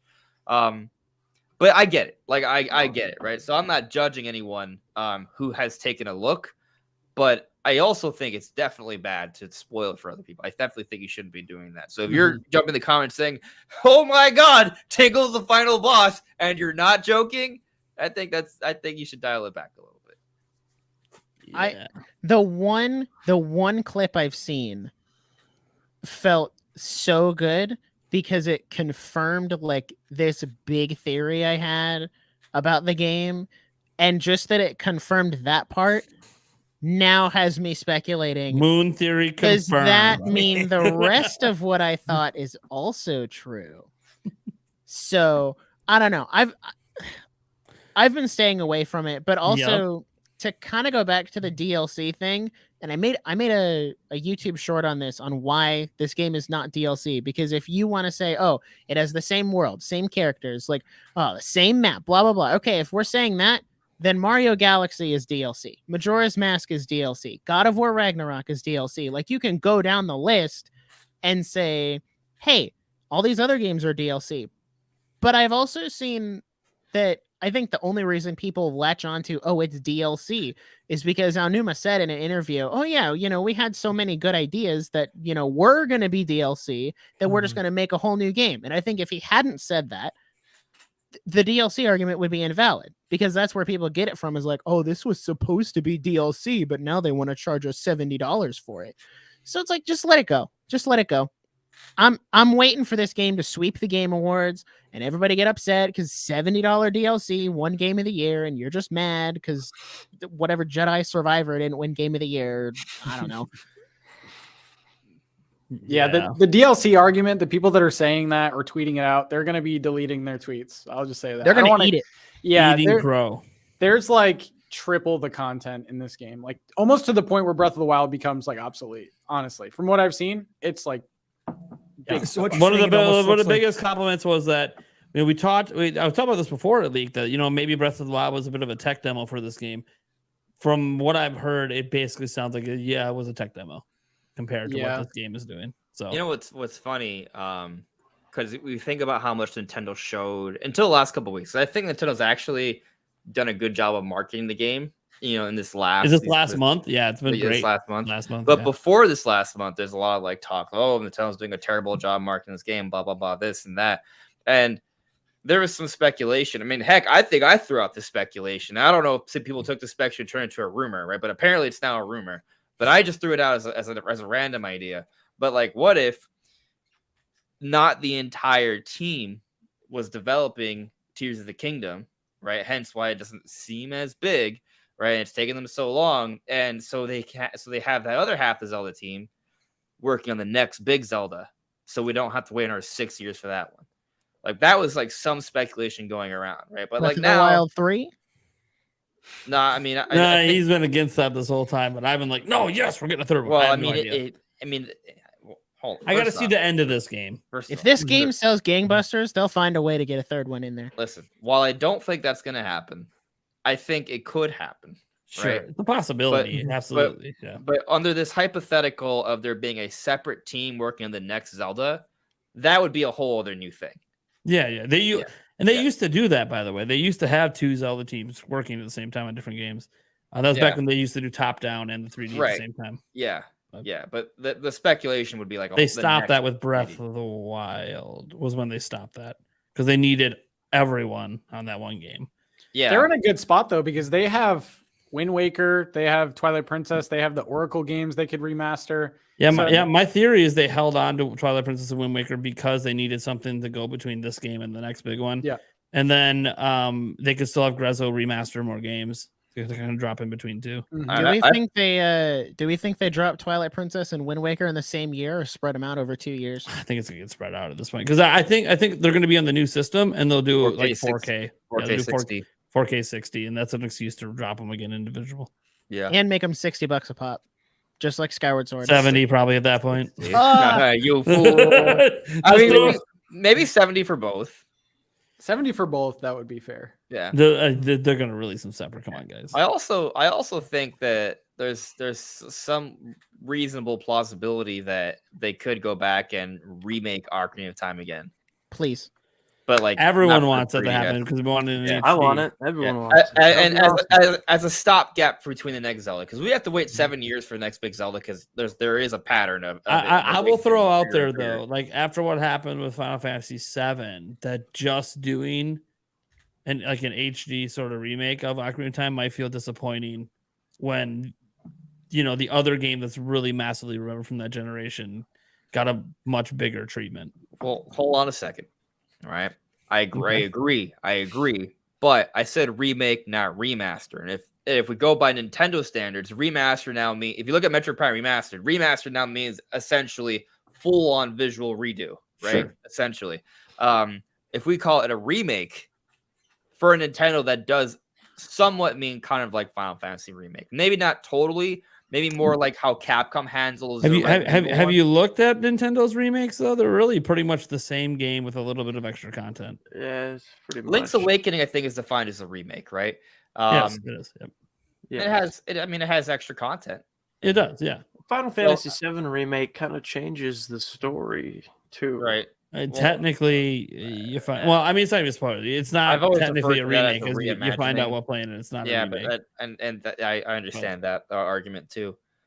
Would Nintendo touch the story on a Zelda remake though? Because then they'd have to go and redo the whole timeline, and that would throw everything out of alignment. Except with Ocarina of Time, no, though, because Ocarina of Time is where the split occurs. Yeah, but if they change anything in that game, it would affect the split. But they can make the third timeline split more obvious. Exactly. Thank you. Because Ocarina of Time really only explains for 2 splits, but according to the timeline, there's a third split that isn't really addressed. I don't think they'll do anything with it because Nintendo but are they going to care about the timeline? While they don't care about the timeline. They don't care about the timeline. They actually closed it all back down to one timeline. Yeah, they don't. I don't think Nintendo cares about the timeline. They could do an Ocarina of Time remake and tweak the story a little bit and not give a single shit about the timeline. That's just what they do. Yeah, they tweak it. It retcons things and like, oh crap, we gotta change the timeline again. Yeah. I'm gonna stop talking about this until after Tears of the Kingdom comes out. Yeah, that's. I mean, the biggest thing is how does Tears of the Kingdom end? That can really change the perspective on where we think Zelda's going after. So, yes, and obviously, just Tears of the Kingdom in general. What does it do in general? And then it might be like, oh, well, then this is the way it should go, or that's the way it should go. There's really a lot. Yeah. Of things that Tears of the Kingdom can change our conversations on. Gameplay, story. I think the only thing that I'm pretty confident about for Tears of the Kingdom and Breath of the Wild moving forward for the new 3D, like new ones, not remakes, new ones. I don't think open world's going anywhere for a while. I think that this is just going to be the future for a long time. Open world Zelda. I'm 100% okay with that, and I think a lot of people are okay I just think the sales are too big on open world, and Fubiyashi's now done 2 of these games. I think he's going to continue to be the director for a bit. So I don't see how they go back. Yeah, that's kind of what I'm saying. Like, look at the sales. You'd be stupid. It'd be a financial. By the way, I'm not saying we won't get any more top-down Zelda games that are more traditional. I think that absolutely can still happen. Mm-hmm. I'm talking just the big. Thing. I'm just talking the big third-person perspective 3D games. You can't have a third-person perspective Zelda game that's like a Skyward Sword formula. No, you just can't. Yeah, I just don't think you can do a game like that again. I mean, you can, but it would disappoint so many people that became fans. It wouldn't sell as well. Never mind disappointing people. It just wouldn't sell as well. Nintendo has a big problem. Like, how do you make a better game than Tears of the Kingdom? How do you make a better game than Mario Kart 8 Deluxe, Super Smash Ultimate? Yeah, how? Dude, you can't. I don't know how you do better than Smash Ultimate. There's no way. That's everyone is back. What are you gonna do? Everyone is gone. That's the tagline for the next game. Everyone is gone. Everyone is gone. Where did they all go? And that's the license is expired. We don't have them anymore. Either reboot or Kirby's gonna be around. Don't worry, he'll save the day somehow. One or the other. Reboot or stack on top. They can definitely. And Sakurai talked about that too. Sakurai said, hey, I'm not opposed to doing another one, but Nintendo needs to let me take a new direction with it. And it's like, I don't know what that is. So, all right. I will float this idea with you guys though, right? Like for us, it seems like kind of lofty that they can improve upon significantly from some of these games. But if these games are taking at least half a decade to come out, just think of us as content creators, right? We have to think about videos all the time, right? And like sometimes I'm like, man, how can I come up with a video a day? Right. And obviously we all have different paces, but point is that we're still able to find ways to come up with content consistently. Imagine if you have 5 years to come out with one game. In terms of from a and 5 years isn't even that wild. They've had 5-year gaps between the big 3D Zelda games long before this. I mean, Activision shits out a Call of Duty every year. Nintendo can do a new Zelda game in 5. Right. Well, to be fair with Call of Duty, they have rotating teams, so it's not like they're taking 1 year to make the game. Yeah, but they used to have rotating teams with Zelda. Well, it wasn't rotating. They had a handheld team and a 3D team. It was just 2 separate teams. Yeah. But now it felt rotating because they would be like. Now you've got one console, though. You know what I mean? Yeah. I wonder if the answer is like making your games as a service. Like, I don't think you can do a Zelda version, but like a Mario Kart where it gets updated every week or every day or something. Same with Splatoon, where you. I don't trust Nintendo to do that.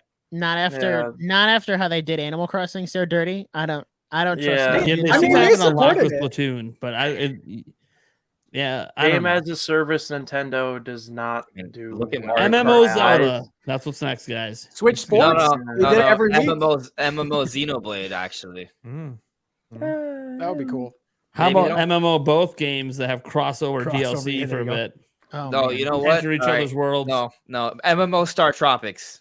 Hey, there you go. Hey, Star Tropics is a good game. Actually, that would be pretty freaking awesome. Star Tropics is a really great world. If those haven't played it, it's got a really great world. Yeah.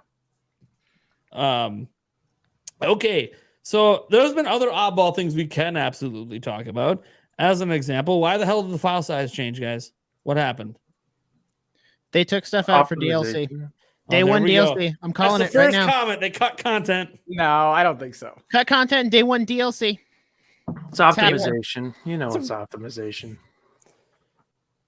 That's a big optimization, though. Yeah. What, like 2 gigs? 2.2 gigs just chopped off. That is a fat optimization. Like doing that like a week before launch or a couple weeks before launch is crazy. Nate, are there any other examples of this? Or does anyone know of any other examples? I looked through the Switch library anyways, and there hasn't been this big of a cut. There's no way they been like a cut 500 content. megabyte cut before, but not.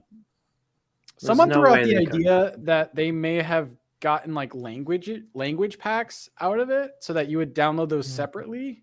But I don't know. I can also look, guys. Here's the one spoiler you get tonight. All the languages are in. So okay. Every version. Yes, I can turn Tears of the Kingdom into an anime. You can turn on any version of you can turn on any version of the voice acting you want. I don't consider this to be a spoiler, by the way. That's why I'm mentioning. You can turn on any of the voice acting you want. You could do that in Breath of the Wild. Well, you could do that at least with English and Japanese. Yeah, but you can do it with all of them. So Eric, can you ban Nate, please? Yeah, right. hold on. Ban him. There we go. Yeah. So that's why. So I bring that up because it kind of shoots the theory that maybe they were cutting like languages in certain territories. So I don't know. It could just be a compression thing. Like I remember this one. I say this sometimes, and I don't know if people get it, but like I remember this one time Sakura is talking about like Nintendo's amazing compression technology, and that's how they were able to fit down Smash Brothers so much. And Smash is huge. There's so much content in that. Like they need impressive compression technology for a game like that. To your points from earlier, like maybe it's just straight up, hey, we've optimized it and we've compressed it down so it can fit onto a smaller cartridge, so we can save money. That's it. I mean, Nintendo's really good at compression. There's no doubt about that. A game like this made by Ubisoft is 50 gigs. So, yeah. And just for clarity, because some people may hear the smaller size and may think, oh, they took out content, like, or they might look at the storage space and like, oh, it's not that much bigger than Breath of the Wild. Storage space it's such a minor, infinitesimal correlation to what the actual content of the game is. I also have a theory. And it's a little weird that they would have let the file size go public in the first place because they're the ones that published it at 18.2 originally. But I do think that the latter half of the development of this game was also being made in mind for new hardware. And they might have had the 4K textures in the original 18.2, and that's what they took out.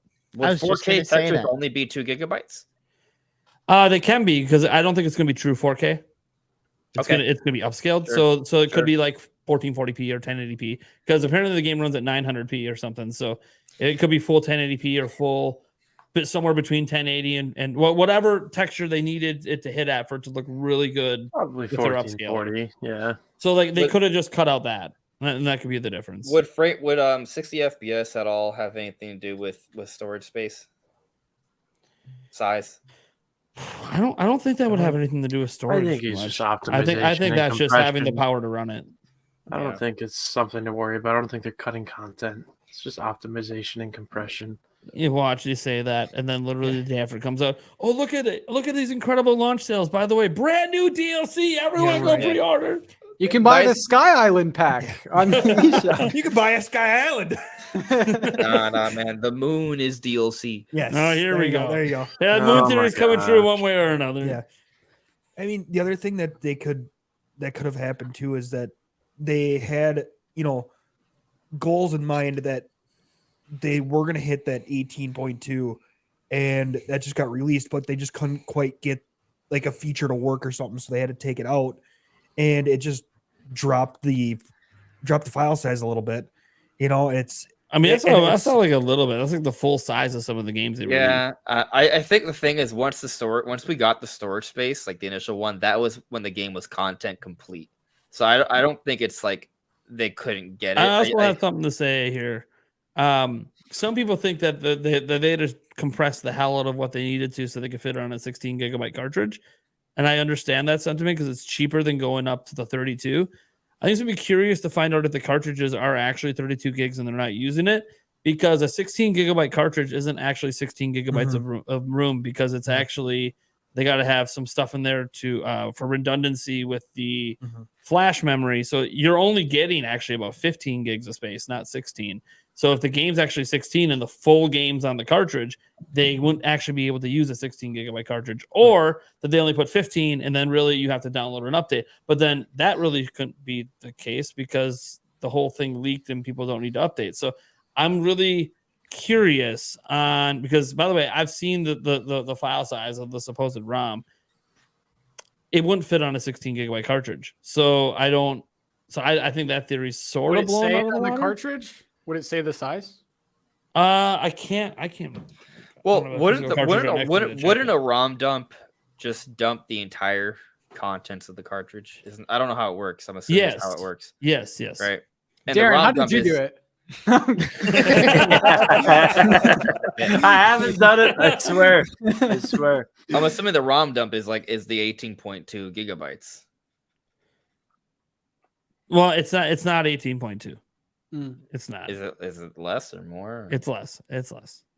Okay. So that's the thing where it's kind of like, I'm pretty sure they're using 32 gigabyte cartridges in it anyway. So I sort of think that theory's blown out. And that, by the way, that theory is popularized, I think, by RGT85. He put a video out, Nintendo's trying to cheapen out. And, now they got to go with, that his excuse was, they're using 32 gigabyte cartridges. That's why the game's $70. Oh, now it's 16. So that excuse doesn't work. And it's like, I'm pretty sure it still would have to be on a 32 gigabyte cartridge either way. I don't see anything on the cartridge itself. I mean, it's probably like a serial number thing you'd have to look up. I also don't think it would matter for our experience of the game, because if Nintendo, like whatever they compress it to, it wouldn't be something that would be noticeable for us. Like it would still be the same quality game. Yeah, I don't think we'd notice anyways. Yeah. Let me see what was. So we now know this was announced by her on Twitter that Patricia's back voicing Zelda in the English version. So it's pretty neat. Some people were really shocked when they saw her posting a video because her normal voice sounds nothing like her Zelda voice. She had almost like she's a professional voice actor. Almost like she's a voice actor. Yeah. Almost as if it's shocking when people can do more than just their own voice. Yeah. It's actually like he's a professional. Yeah, I mean, I would say that does say some things about the game, like from a speculation standpoint, because that means the voice of Zelda that we thought was Zelda, okay, that is Zelda, right? So there's no debate there, because before there's a little bit of debate, that might not be Zelda, but no, it is Zelda that talks to Link. So what that does tell us from the trailers is that, okay, Link and Zelda have a conversation early on to the game after they've met Ganondorf. So I don't know how that translates with the story, or if there's some sort of like trickery there, but that's at least what the trailer now suggests, since we know that Zelda is her theory of mine that could be correct. That's all I'm gonna say. Yeah. And then we already know Sidon's back, so wouldn't be surprised if that voice actor's back as well. So we'll just have to wait and see, because we haven't officially seen the voice acting for a lot of the characters. We haven't officially seen it. My head's like, what theory? He must be Zelda's playable. He means Zelda's playable. No, that's not it. I can tell you that's not it. I feel like, because I've said I've seen stuff, I can't say what the theory is, because it would imply that, this is the theory that I thought. Let me guess. True. You had the Zelda Dead's theory, and now no, actually, I did not. I was one of the first people. I don't know. You're one of the first people to pirate the game. I got so much flack on our podcast. We did a breakdown of the second trailer. and we saw like the white robed or like white dress, and I was like, oh my gosh, guys, that's Zelda, because like it would imply that there's short hair because you can't see the hair from like the shoulders down.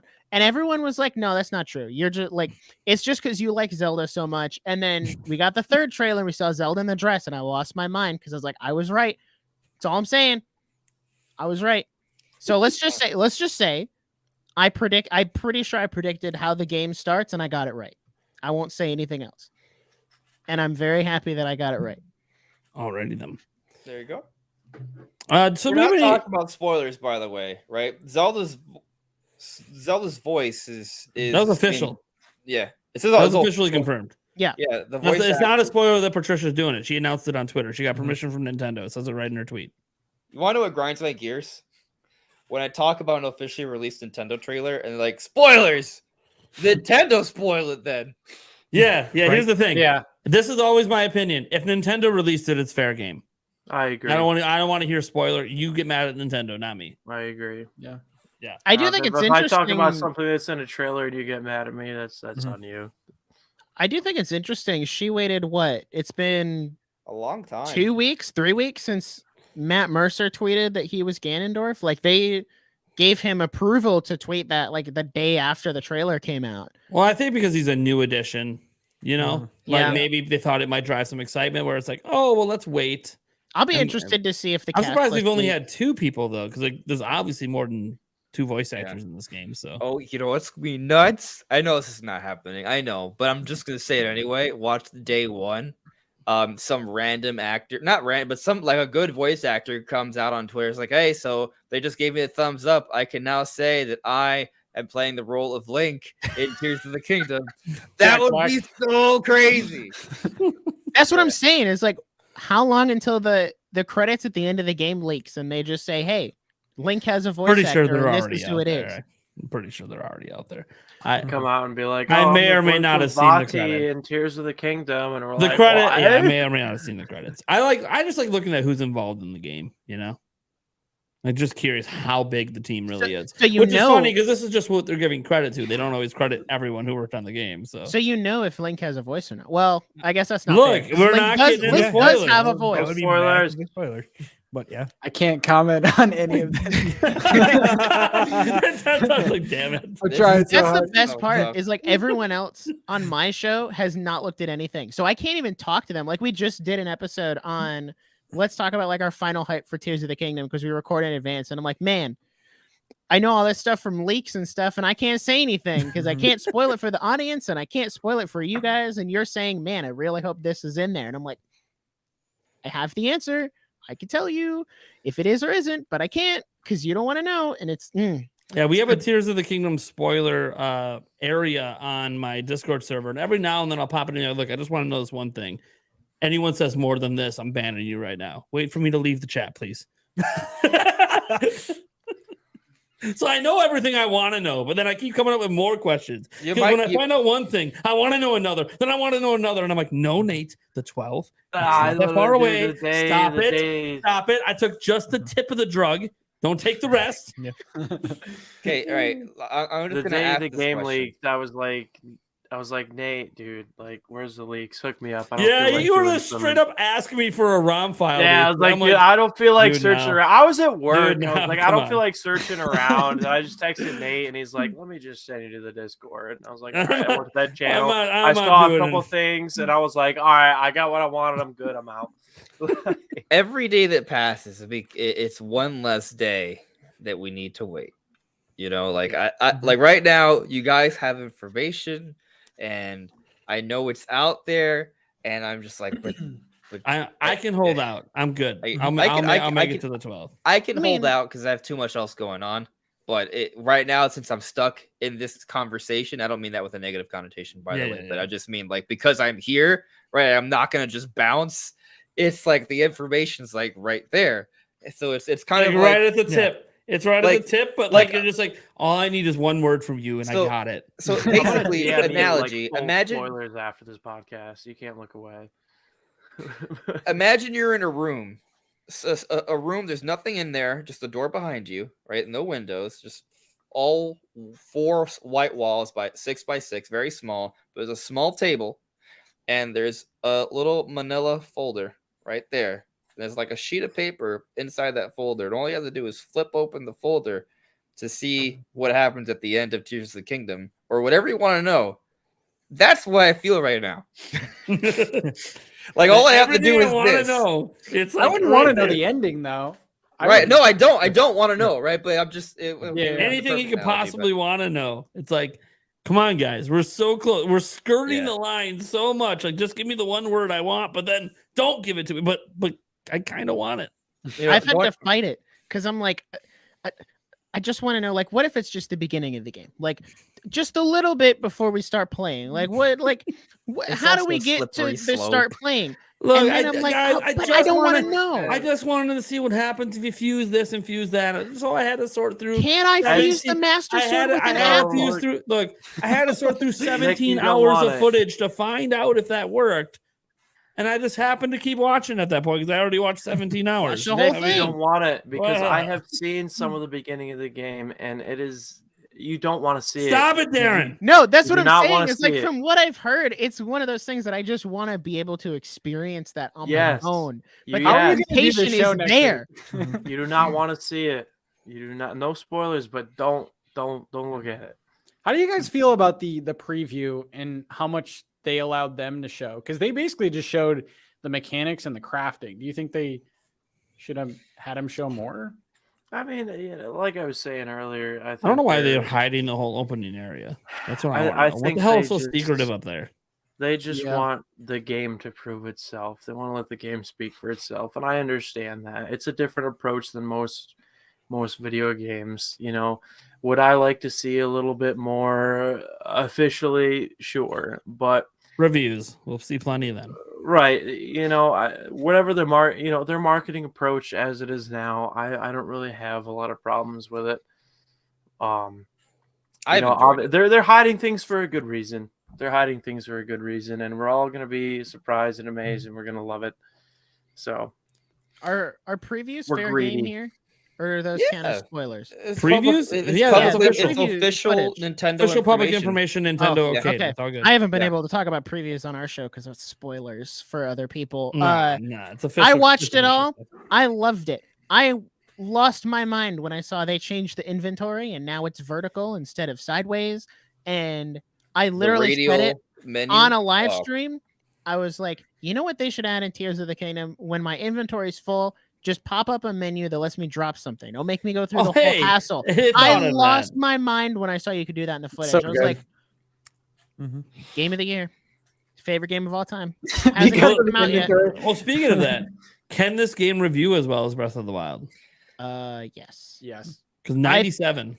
That's tough. It's literally the highest rated game. Didn't hold a 97. It couldn't hold it. You just need one snob to ruin it. Because there are outliers. Outliers can skew everything. So that's like the tricky part with reviews. But I think that if Kotaku still counted, I think we found our outlier. What's this 30 from? Oh, Kotaku. Yeah. Well, maybe you need a cut. Maybe one outlier might not ruin it. I mean, but I don't. It's tricky because I do think that reviews are a little bit of a prisoner of the moment situation, right? I don't think reviews are always super reliable, even through Metacritic. Like it helps to have a larger sample size, but like, for example, I remember I'm not sliding IGN for this. It's just kind of an example, right? I used to watch IGN all the time. But I remember when Skyward Sword came out and they put out the review for Skyward Sword and they called it masterful. They gave it the perfect 10. But going back to that review now, I'm not saying Skyward Sword is a great game, but I feel that review is colored by hype. And I think there's a lot of recency bias. It was written by like a mega Nintendo fan. Yeah. So, and I think Skyward Sword is definitely deserving of like the 9.5 thing. Like it's a great game, unless you hate motion controls. If you're okay with motion controls, it's a great game. But my point simply is that people can get caught up in moments, and it can go both ways though, right? Like sometimes people can get caught up in some sort of personal stance they have, right? For example, Tears of the Kingdom is $70. Some people may review the game poorly or more critically because of that. Do I think that's fair? Yes, that's like a normal-ish thing though now for like big games to be 70, like PS5, Series X. But like, I wouldn't be surprised if like at least like fan reviews, there'll be some fan bombs. Yeah, you know, especially old hardware performing. I mean, there is performance. Well, that's another thing though. So there's some people who are very much like, oh, Switch, I don't even want to play on this device anymore. It's too weak. They may review Tears of the Kingdom unfavorably when they notice frame drops, or like, oh, this is only 900p. Like, there are things like that that can color reviews that aren't necessarily an objective measure of the quality of the game overall for its platform. And that's just the way it is, right? There's no review that's totally objective. That does not exist. Anyone who says they're being totally objective is lying. So an objective review would be boring, and you wouldn't want to see it anyways. Yeah. My game lagged when the entire screen was painted with explosions and every mob was dying. Oh no. Yeah. I went down from 30 FPS to 22. Bad game. For a third of a second. For a third of a second. Bad game. Yeah. See, if Dare reviewed Tears of the Kingdom, he'd give it a 9.8. It's 1 over 10. Too many 1/3 second lag drops. Yeah, can't do it. Unplayable. Only 900 Korok speeds. Too much water. They added more water in the game. Too much water. Yeah. And with how much time some of these reviewers get, do you think they play through all of the game before they review it? I think they beat the main story. They beat the main story. Probably possible to beat the main story in a week. Sure. But that's another thing that bothers me though. But I will say objective about it too. I want to say something on this because I got a review copy of Sparks of Hope, right? And I did follow the embargo and I dropped a review right at the time.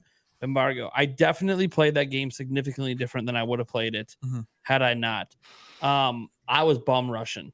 I was doing I almost 100% of the game before the review. And granted, that's a much easier game to 100% Tears of the Kingdom is going to be.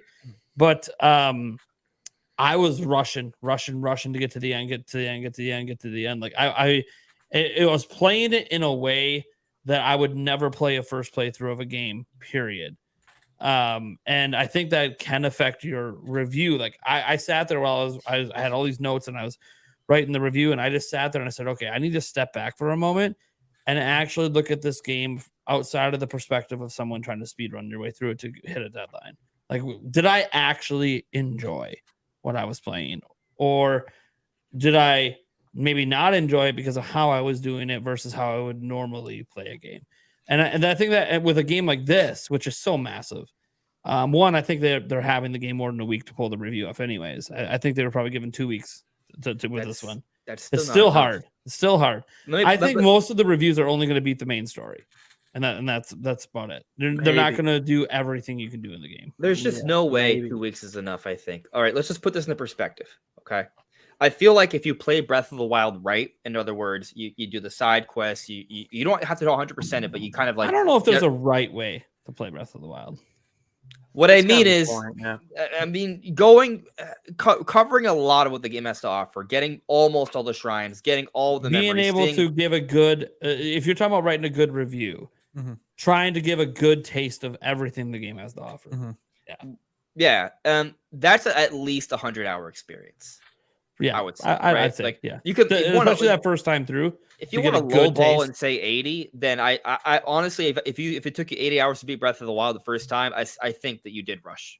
That's but like, let's say like you didn't beat all 120 shrines for it, but you took out 90. You probably have a good feel for shrines. You didn't do all 900 Korok seeds, but you did like 700 of them. Right. So let me speak on that. Right. So it depends on the game. But what I want to say though is, let's say you're given 2 weeks and you play the game for 3 hours a day, which I would say for a normal adult, 3 hours per day on a game is actually a lot. Absolutely. Yeah. And you do that for 14 straight days. That's only 44 hours. That's not even half of a healthy expectation. What I will say is, I do know some of the outlets, when they're giving a review copy of the game, that's the only thing they're doing until the review is done. So they're doing 8-hour days at least. Yeah, I mean, if it's your full-time job, you're gonna put more hours. Now, but see, that's the conundrum for people like me. Like even we have this 12-hour stream thing I'm doing. That's cool. You know what's not being done while I'm streaming? Videos. Right. And so if I don't make any revenue, I'm almost giving up revenue for a week. Right. Yeah, that's rough. Like that's very rough. It's like I don't know how to balance that. We're about to find out. I'm about to make the biggest mistake of my life because I want to play a game, guys. I'm sorry. Here's another wrinkle though, right? So even if it's your job to review a game, and let's say you do play it 6 to 8 hours a day, is that how you would normally play a game? So when you're kind of force feeding yourself a game, that's going to impact your perspective of the game. That wouldn't be like a normal person's. Sure, it impacts your review. Yeah, like I even worry about like me doing these 12-hour streams. Would I actually play Tears of the Kingdom for 12 hours straight normally? No. And honestly, probably not. But I will say this: when I was younger, before I had children, oh yeah. So the way I look at it as, because I get to use the excuse that it's for work, and so I'm being allowed to actually do it for 12 hours straight, I'm going to enjoy it. And I got to keep reminding myself, don't rush through it because you know you need to make videos. Play it like you just would play it, and people just happen to be watching. I mean, me personally, like I'm taking vacation, so I have time. You know, I don't have kids. I have a girlfriend, no kids. Yeah, she knows when I was younger, coming out. A 12-hour on a new release, that's nothing. Yeah, I played it for 12 hours straight. Dude, ask Eric how many like new releases all night, 24 hours straight things we just a lot. But I'm a unique situation. You know what I mean? It's a unique situation. I'm taking vacation. I don't have videos to make. I don't have reviews to put out. I don't have theories to put out. So I'm playing it for 12 hours straight. But how many people have the opportunity to just sit down, no time constraints? I'm just going to play the game, because after I play the game for 150 hours, 100 hours, whatever, just at my own pace, I can make a good review. But if you have someone who, I got to sit down, I got to play this game every single fucking day for as many hours as I can to get this review out, it's going to be way different than the review I would write as someone who had the time, the days to sit down, minimal responsibilities to just enjoy. It ruins like the pacing and stuff if you like rush through it, because exploring the world is like the best part of it. Absolutely. Going back to the review score though, I don't know how this game would score lower than Breath of the Wild though, which is a 97. You guys said so. This is getting 98. I feel like 98 minimum. All right, so I'm not saying you're wrong. Right, I am inclined to agree. Not to hit 98, but I just want to point out, Breath of the Wild is literally the highest rated game on Nintendo Switch, and Nintendo Switch has more games than like any other Nintendo platform in history. So that says a lot. Without saying anything, I see a lot of the complaints that Breath of the Wild had, and Nintendo fixed a lot of the complaint addressed in some way. Like we know Fuse addressed the weapon durability thing. And it makes, and I mean that's a fantastic point, because like the previews did a great job of illustrating, hey, even if this is not how you intended it to be done, it's making combat and weapon cycling more fun. But what if they added an annoyance though? Because there's something I've been thinking about with the arrows, right? We fuse stuff to arrows to get elemental things. Does that mean we don't have normal elemental arrows? So every time I shoot an arrow, if I want to shoot ice arrows, I got to fuse every time instead of just rapidly shooting ice arrows. Right. Like that could add a whole new annoyance to the combat, though. Like fix something but create a new problem. I can't imagine they'd take those out. I mean, I don't know. I'm just saying that like seem like that's something I've been thinking of since they introduced arrow fusing, that maybe there's no elemental arrows we could just buy and use. It just it seems like an alternative to me. If it's an alternative, that's fine. I like in a pinch. Oh, I'm out of bomb arrows. I'm out of this. Oh, let me attach some stuff. But I'm a little worried because we haven't seen it. I know I can find out, guys, but we haven't seen it. Then I'm like, oh, did they actually just get rid of them? And now this is just what we do. And in Tentalk, I know what you're saying as someone who's also seen some things about fixing things. But knowing how video game reviews are,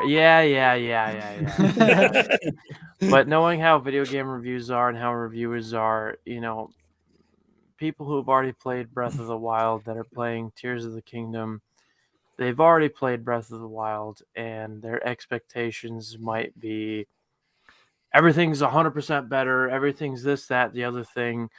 Yeah. They might be expecting too much. Not to say that Tears of the Kingdom isn't going to improve vastly on some things where people felt Breath of the Wild fell short, because I think it does. But I know how critical, we all know how critical reviewers can be. Especially now. I feel like it's a lot harder to get a good score. Like there are good games that get like 60s, 70s. So right, exactly. And but if you're an outlet, are you really going to be the one to give this game an 8 out of 10? Like I feel like a lot of they're going to happen. Yeah, there's plenty of them. It's going to happen. And Dual Shockers will drop a 7 out of 10 without having played the game and only seeing minimal spoilers from the leak. Me personally, I think it's going to be better than Breath of the Wild. Well, what'll happen is they'll all say it's better than Breath of the Wild, but there'll be people that say, yeah, but it's still like 900p and 30 FPS with frame drops. Right. I can't give that a 9. That's got to be a. We got to go back to their Breath of the Wild reviews and see their scores. If they're but what they'll say is that was a Wii U game. Why isn't it better on Switch? Right. They're gonna say that. They're gonna use the tech as an excuse. And the average person is gonna go back and see, well, what did they say about Breath of the Wild? Happen. Or why are they saying this about I don't think this game's getting any higher than the 95, because I think there's gonna be too many people that are gonna lean into the tech side and say they didn't do enough. I agree. And I agree with what you're saying, Nate. I hate it, by the way, because if you say it's better than Breath of the Wild, but then you're going to rate it lower, that always makes me mad. Is it going to deserve a better score than Breath of the Wild? Possibly. Is it going to have a better score than Breath of the Wild? In my opinion, probably not. Then watch. They do a patched version and they re-review it on the new system, and they're like, "Oh, this is 100 now. It's beautiful." Right. Well, luckily there's no one. I think no gameplay differences. They just, hey, it's a higher resolution. It's locked at 30 now. I don't think there's anyone here that it's like on their edge of their seat to find out the score to buy this game. I feel like it's an automatic. No. Yeah. I think everyone at this point knows that they're going to buy it. And if you're not sure because you didn't like the way Breath of the Wild did things, maybe you'll find out through the reviews that, hey, maybe some of what you didn't like is actually not that way. If you didn't like the way Breath of the Wild did things, you're brain dead, and you should go play the game now. Yeah.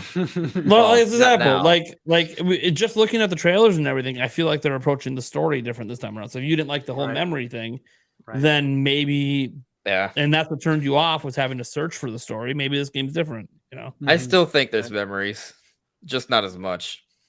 I have no idea. I think they may have found a way to work it in and make it part of it. Like if there really is a time skip between Breath of the Wild and Tears of the Kingdom, Colin's so much older. There might be memories from like the time gap in between, but they're optional, and then they don't affect the story at all. Kind of like in Breath of the Wild. Oh, like maybe we could find the memories of the years that time jumped. But like, and then you can see the story is not the memory. Like if you go to Hyrule Castle, you can do a recall on a memory, which I didn't notice this till doing my Breath of the Wild playthrough, but you recall memories. It specifically says recall. Recall. And that's the new ability. I don't know. Just could be a connection theory. But I've had a theory for a while that recall is gonna play something. So something what if it's playable flashbacks? That would be cool. No, don't say that, because what I know tells me that is absolutely verifiably possible. Okay, all right. Wrong. Yeah. Hey, man, I'm just take him out. Mario movie. I don't know. I'm just speculating. Finito, Mario movie. So the Mario movie has crossed 1 billion officially in the box office after its Japanese debut this last weekend. It pretty much broke a bunch. Shout out to Mike Odyssey, who predicted a bill. It would be a bill. He did predict that. In the week it dropped in the box office, we did a podcast and he predicted, and we were talking about how different outlets are reporting like, 225 million box office. He said, fuck all that. It's going to be $1 billion. He was right. Well, I don't know if he used the F-bomb, but he definitely said it's going to be $1 billion. He said, I used the F-bomb. He did not. But he did say a direct quote. He said $1 billion. He did say a bill. Shout out to him. He was right and deserves the props for that. Yep. So the Japanese, it broke a bunch of records in Japan for animated films, especially for Universal. It's basically Universal's best performing animated film in Japan ever. But it also performed very, very well against some of the best animated films to ever release in Japan. So there's a couple things with this. One, a rumor now floating out there from a pretty reputable place that this movie might be dropping May 9th on certain stream services. Now, we're not talking about it being like part of the subscription. It's one of those ones that you can buy $20, $30 and watch it at home. That seems to be something that might be happening on May 9th.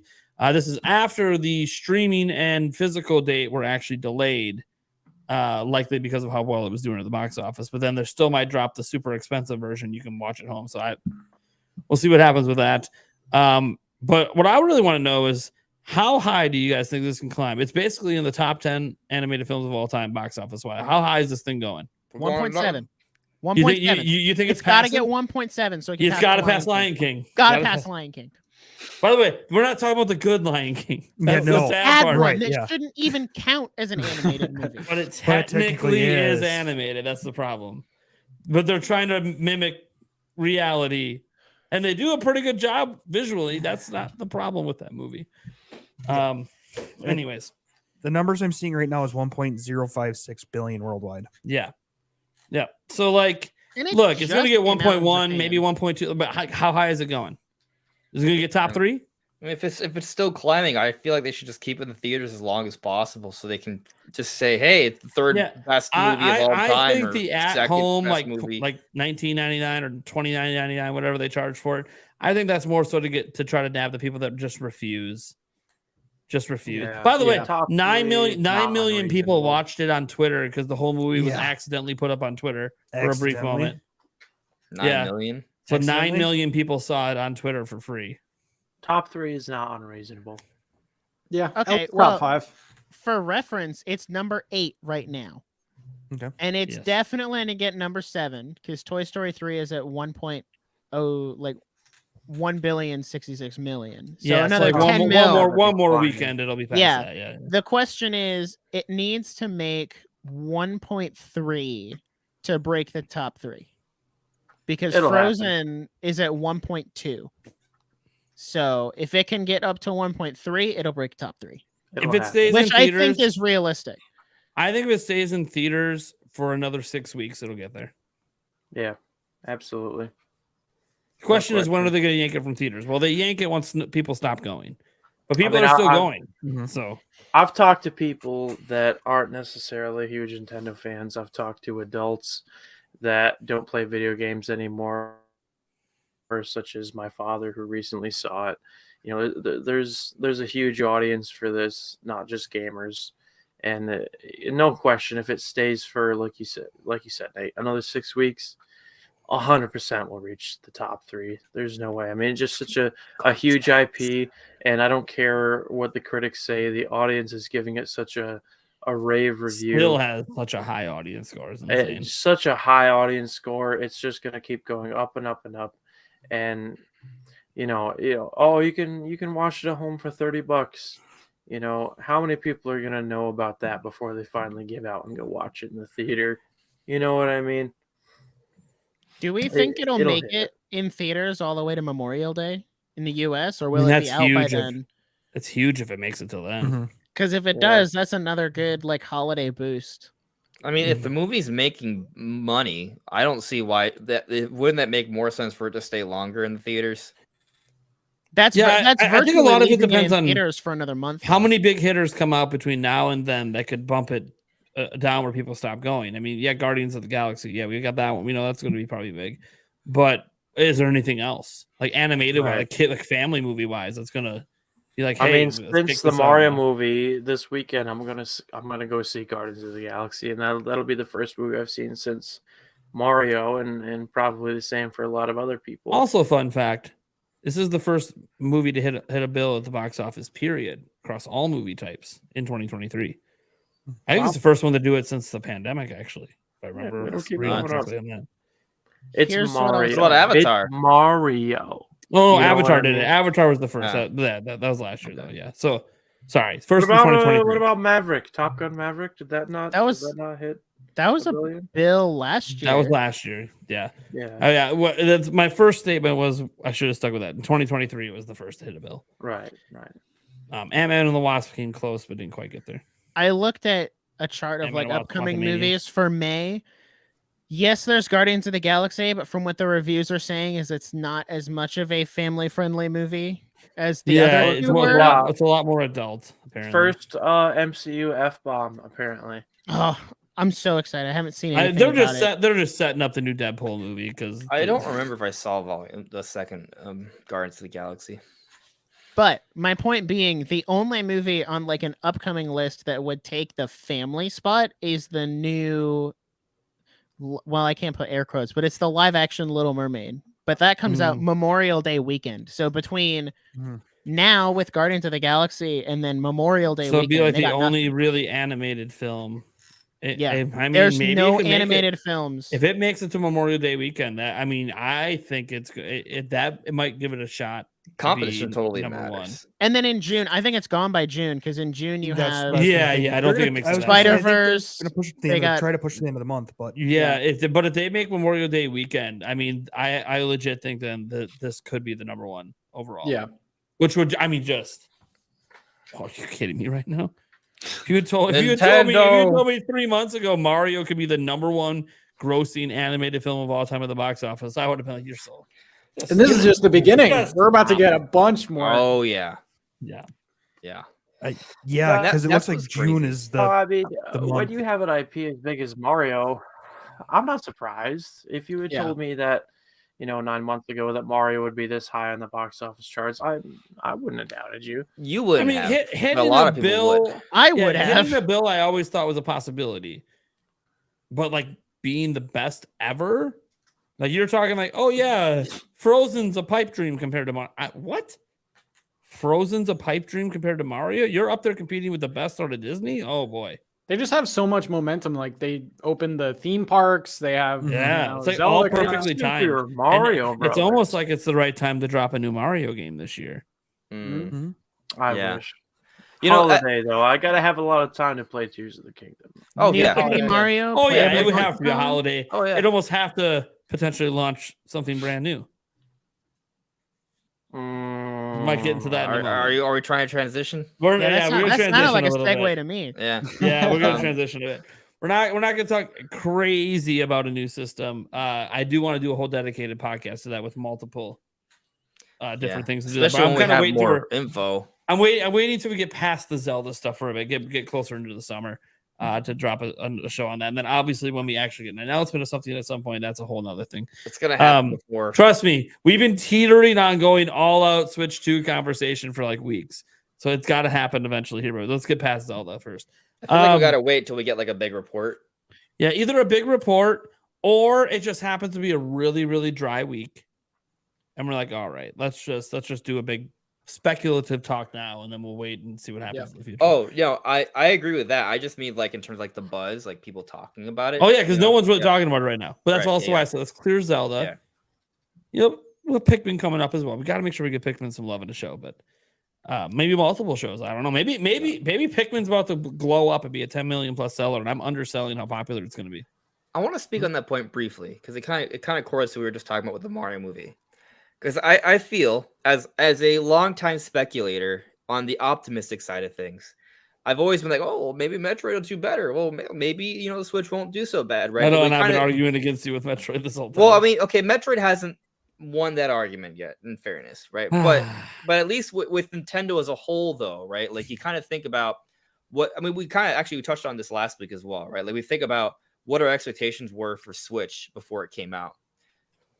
It's surpassed that. Like the optimists didn't predict this, right? Like, and people were getting attacked for saying, "Oh, I think Switch might sell 50 million," and now it might triple that, lifetime. And you look at Breath of the Wild, it's more than triple the best selling prior Zelda. Who would have thought that it would have gone to that level? Even the biggest Zelda fans wouldn't have predicted that. And now you look at the Mario movie, and it's number 8, and like how high is it going to climb? Like, is number 1 really that much of a stretch? Depending on how long it's out there, maybe not, right? So my point is that I think I'm not saying obviously you can't win them all, but I think maybe we should be more open to Nintendo doing better, right? Especially with all this momentum, as you guys have brought up earlier. Like, so for example, Tears of the Kingdom. I've talked about it before. I know some of you guys have talked about it too. Like, what if Tears of the Kingdom does beat Breath of the Wild sales lifetime? Is that really that crazy? And I mean, with the success of this Mario movie, how well does a Mario movie 2 do? You know? Yeah, I mean, obviously you start by saying it's a bill. So how much higher than that do we go? I mean, that's clearly the starting ground for the next one. If you I wait, mean, you already have kids raving about the Mario movie. Mario movie 2 comes out. Parents go. It also depends on how yeah, long it just takes. like for Mario Frozen movie 2. I kind of Yeah. feel like how well it's doing. Like they might just next movie might just be Mario 2. Like I just got this Yeah. feeling. There's a Yeah. Doki Doki Panic movie that they're gonna reskin for Mario. Oh, there we go. Right. there you go. That'd be Oh, that's great. hilarious. That's fucking awesome. Yeah. So getting back to my transition. So Gamescom, this is a thing that's happening in August. The strange part on why we care about this is Nintendo themselves publicly announced they're going to Gamescom. That's awesome. They usually don't have much of a presence at Gamescom at all, but they're going to be there. And this isn't one of those like PAX East things where it's like, oh, they're giving a pin out. This is a game demo event. This is E3 in Germany, out in Cologne. So, and this is Nintendo wouldn't be there if they had nothing to show. Because as we saw, why did Nintendo say they weren't going to be at E3 this year? We don't got enough to think to make it worthwhile. And just think about it. In June, we don't have enough to really do like a presentation and a demo event. But a couple months later, we do. Mm-hmm. Why a couple months later do they suddenly have things they need an event with demos to show? It's not Switch 2. Thoughts? Okay, but what if it is? That's Switch rude, 2? Nate. Why would you say that? This is all part of their big master plan. That Nintendo Live that nobody cared about, that's in September, is Yep. gonna have, Switch 2 hands-on, and everybody's gonna want to go, and it's gonna get revealed. I don't know. I initially thought there'd be some kind of direct. Do I need to get my June. passport, Eric? Are we going to Germany this August? Oh boy, I better get mine. I better get I mine think then. I'm in the minority here. I don't think Switch 2 is going to be. Oh, I'm with talked you. about by Nintendo this I'm year. with you. I'm fully really ever don't think since it's they gonna announced they're going to happen. Gamescom, I'm on board. I'm like, you know what? That's the little like the last nail in the coffin I needed is why do you not have anything to show in June and then 2 months later you mysteriously have something to show? How do you go from point A to point B? I feel like they got Tears of the Kingdom releasing now. They got Pikmin 4, then possibly Mario game this holiday.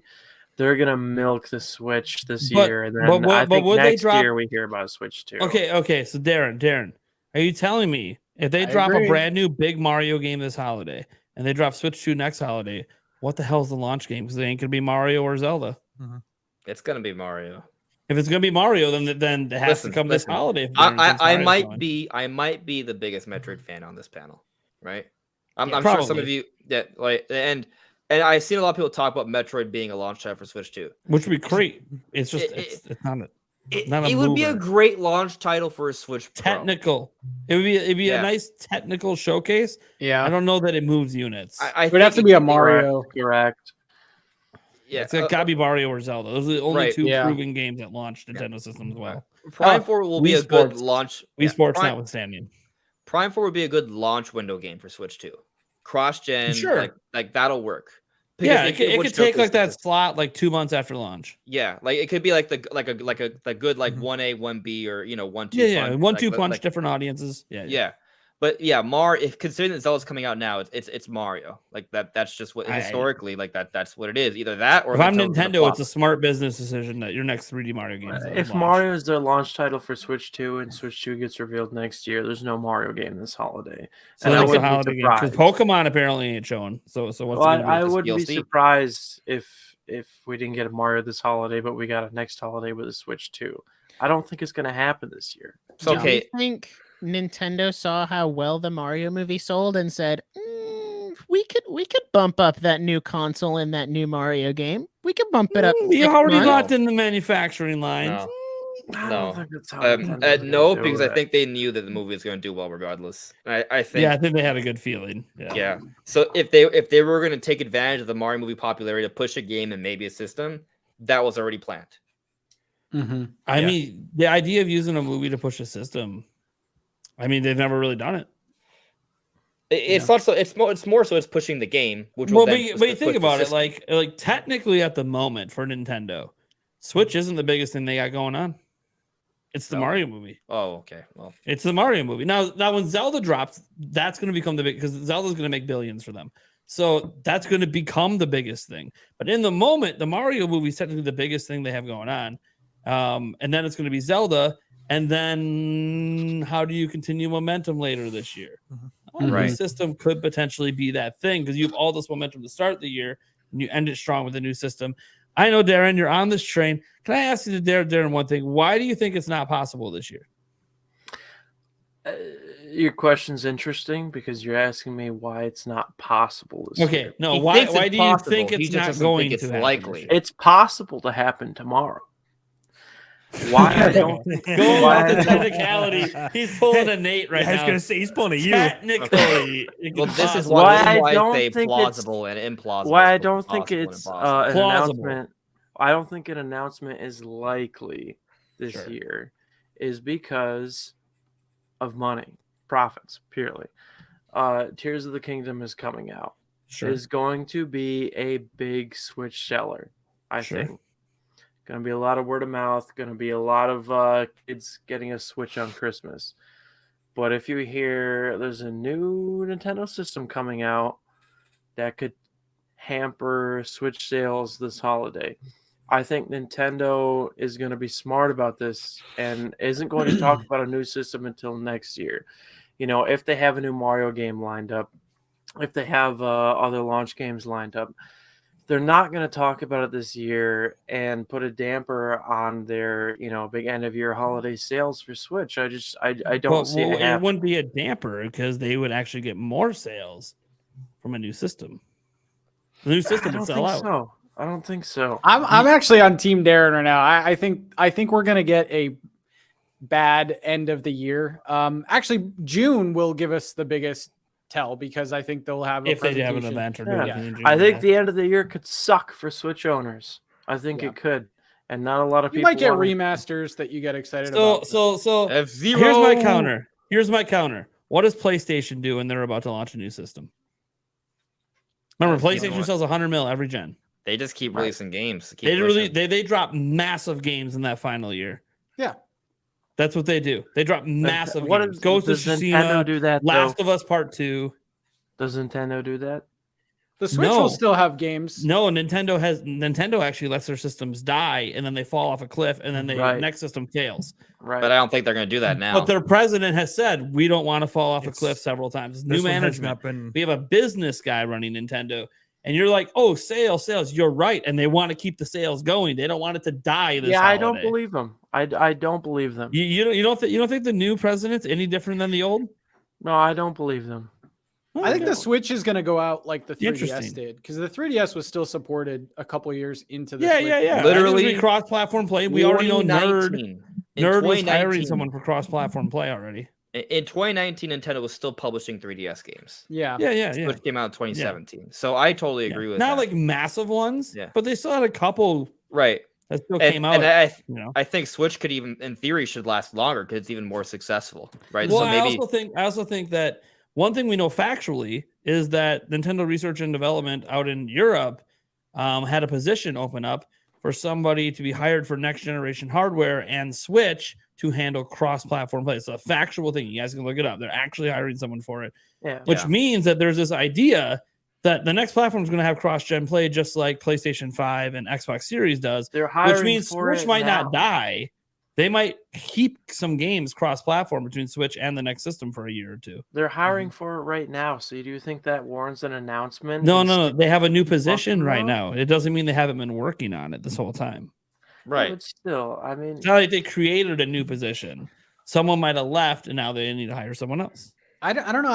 If I'm Nintendo, I mean, besides obviously making money, I just don't see a rush to like go to that next step. And Zach and I discussed this, and Zach was Yeah, like, yeah. they need something to show. And the by the way, investors. I'm not saying this as a content creator because it would be awesome content-wise this year. Yeah. It's like it'd be awesome next year too.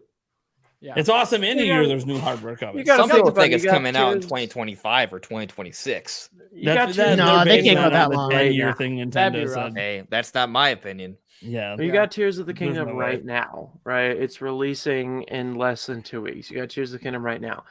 You got Tears of the Kingdom DLC potentially before the end of the year. You got Pikmin 4. You got maybe a remaster, some out of the Pokemon gate. Well, now we're DLC. getting into F-Zero type of maybe because game we don't actually know. We just know coming DLC's back towards the holiday season. You're going to capitalize on that. You're going to ride that out, and then next year, Or quarter capitalize one, on quarter repackaging, two, re-releasing Tears of the Kingdom this holiday in 4K, quarter package one, and quarter re-release two. Mario Odyssey in 4K, That Mario package Kart and re-release Switch Scarlet bundle. and Violet, and actually I have was it not I run was the gonna crap. say, you want to sell a new system? Put that new system, Mario Kart 8 Deluxe plus booster course.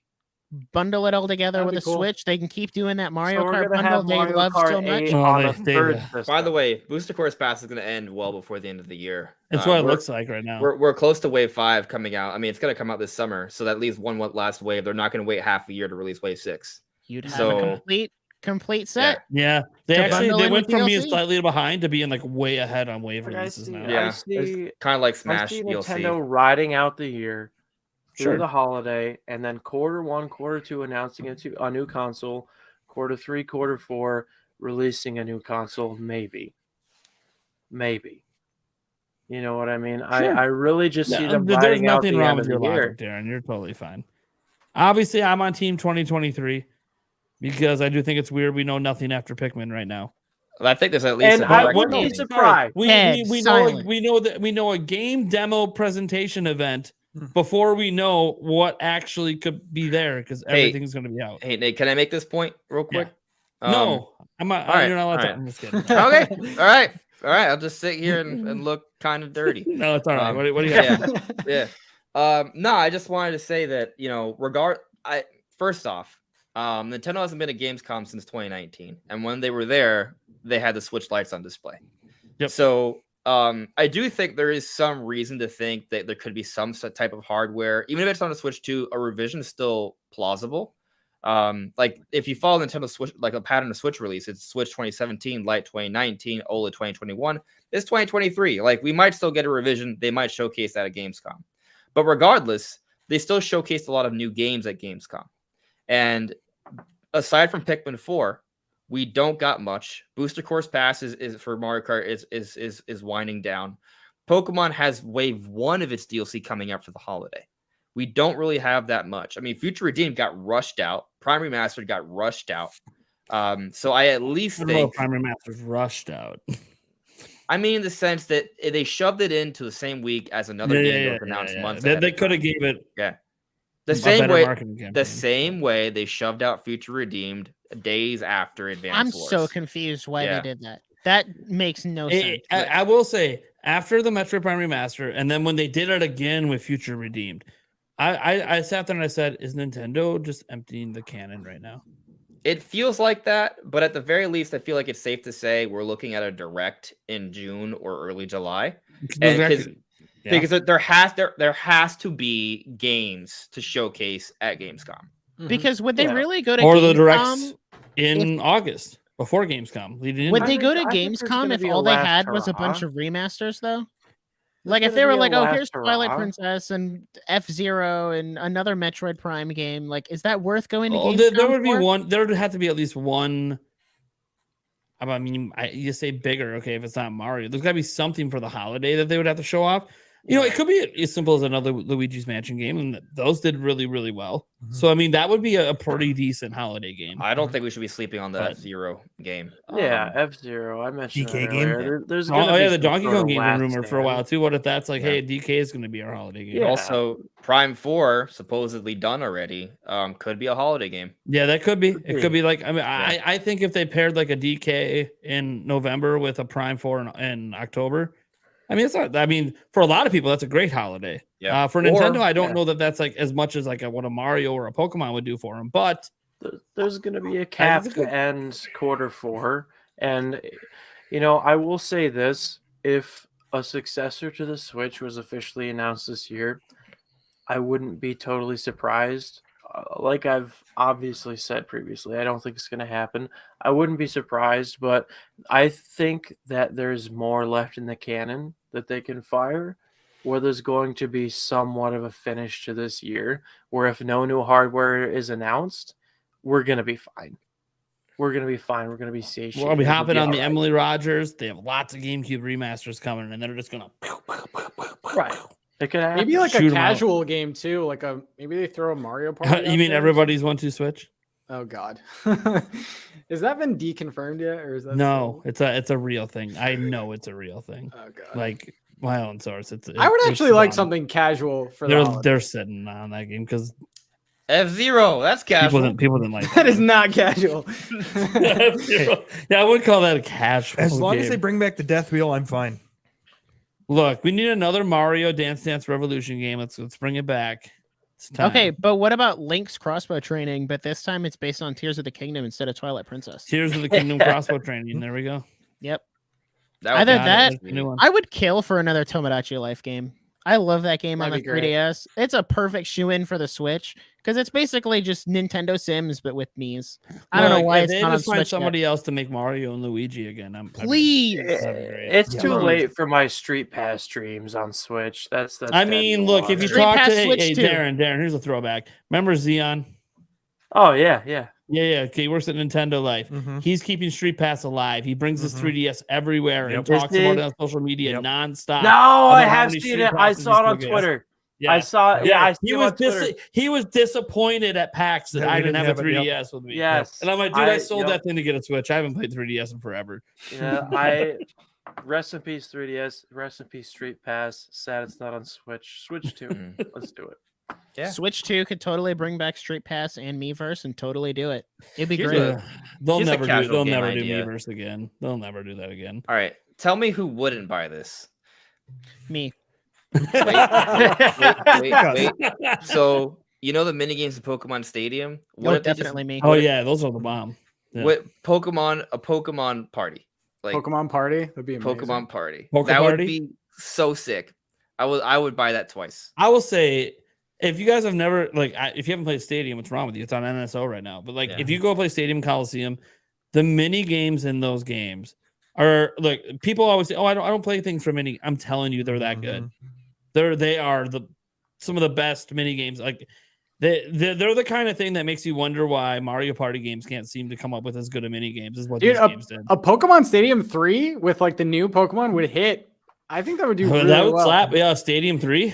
And Yeah. see what's interesting about that, right? Like, I assumed like just a party game because technically we have the big 3D battles already. Yeah, but, we do. Yeah. But what's interesting about that though, Sword and Shield went like the bombastic Coliseum 3D battles, Mhm. but for Scarlet and Violet, because they went open world, battles were scaled down quite a bit, opening the door for a stadium style game to There be it more is. effective.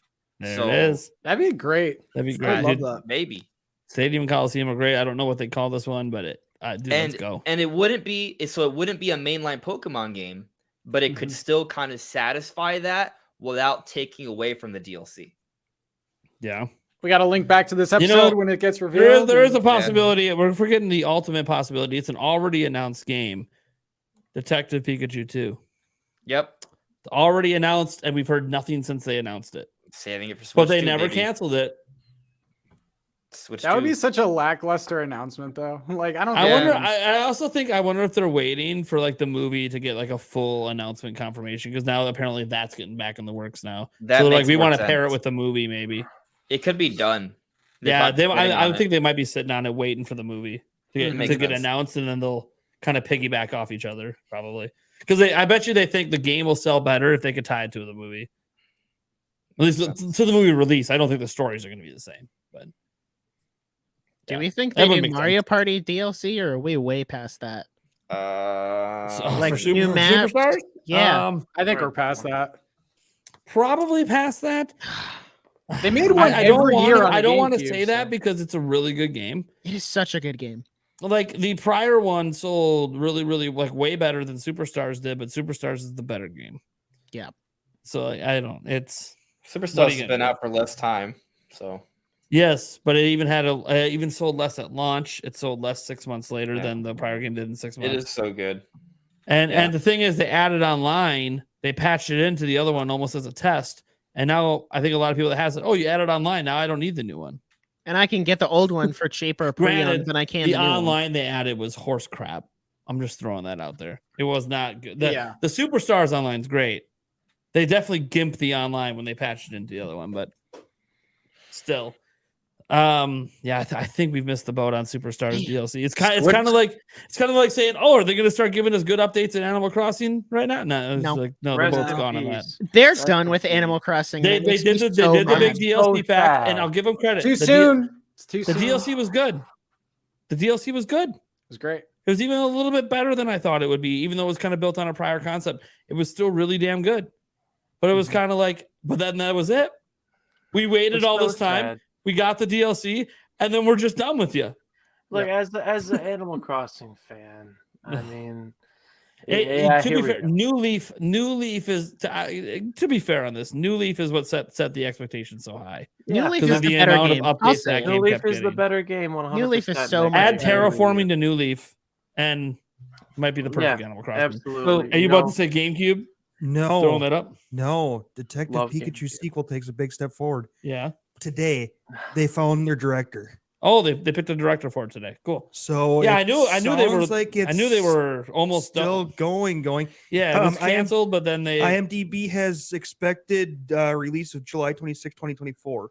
So it's still looking like it's possible. So I mean, if they're just finding the director now, they have to film it. Well, right. Which would be here's the thing, July 2024. Here's the thing, though. I think the script's already been written this whole time. So like, and a lot of it's animated, but I have no idea. Here's what I know. It got canceled at one point, and then it was announced like late last year that it was going to be. They picked it back up, which they should because the first one was good. They should do a sequel. So we'll see. Sorry to pull it back to that, but I just have. Yeah. We'll see. Yeah, no, that's fine. Hey, dude, more Ryan Reynolds talking as Pikachu, right. I'll take it. Even though how the first one ended, it's like, oh, how can that happen again? That's for the story writers to worry about, not me. Yeah, I would like it if they were to kind of bring the branding a little bit back to Nintendo, though, just to kind of give them more flexibility with what they can do with it down the road. I know, but I so like the way Detective Pikachu was handled in the movie. That was so good. I mean, I'm literally just. This might be blasphemous. I liked it more than the Mario movie. I'm literally. That's all I'm saying, though. Whoa. I'm not. Whoa. Might be blasphemous, but I liked it more. Wow. I mean, Detective Pikachu is a fun movie, so it's fun, and I love the story. And also, Mario's just like, I'm watching a Mario game on screen. This is cool.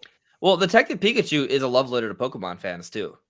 So, dude, realizing those Pokemon, yeah, it's honestly, I think it's extremely impressive that what they did with the they Pokemon did so models, good to make it look like they could fit in a real world. Yeah. The movie's underappreciated probably because it's partially live action.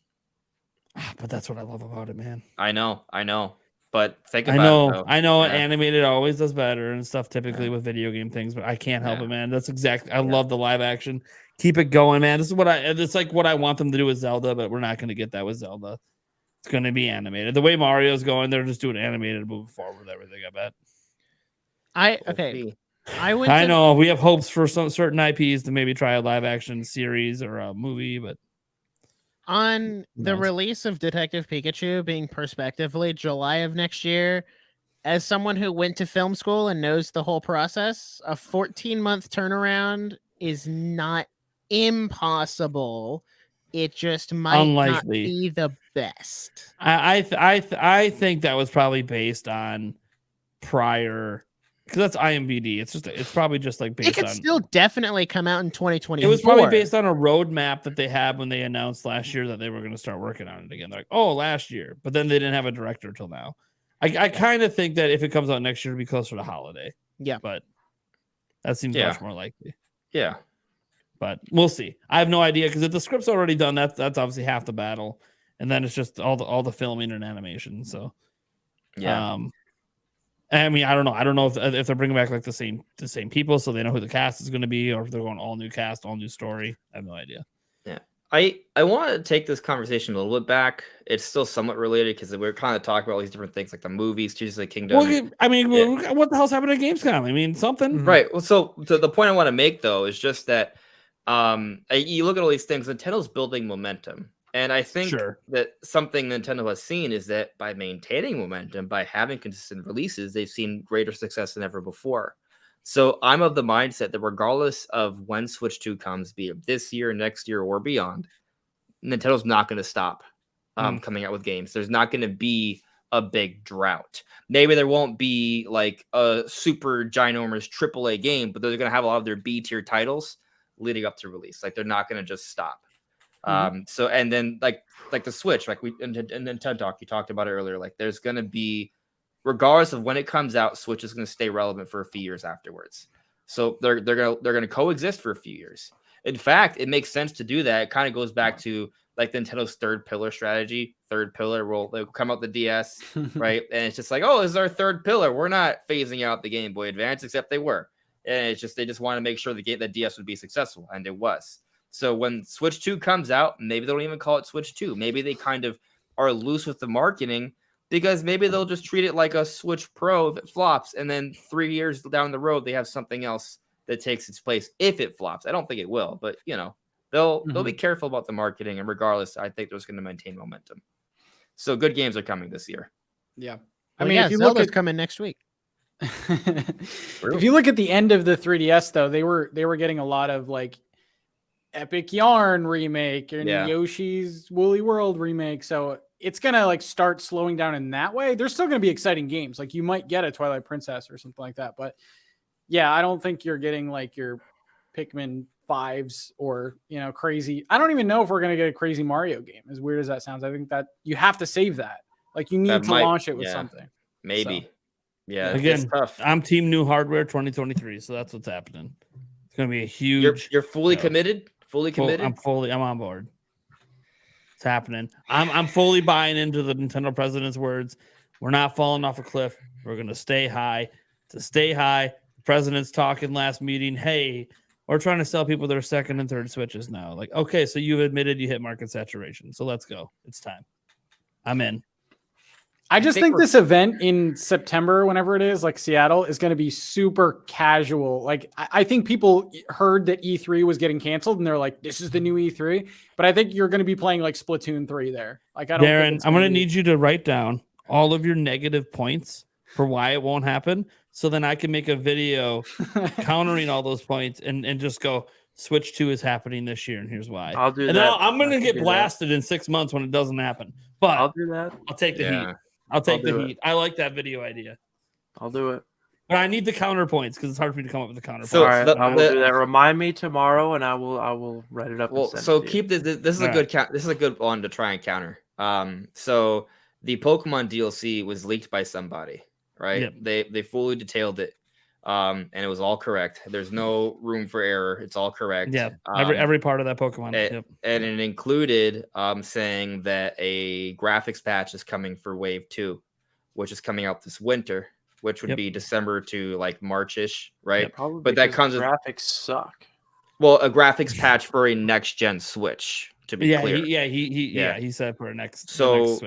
The implication of that is that, I mean, assuming that that's correct, that the latest we see a new Switch is March, but it also with the realm of possibility that it's this holiday.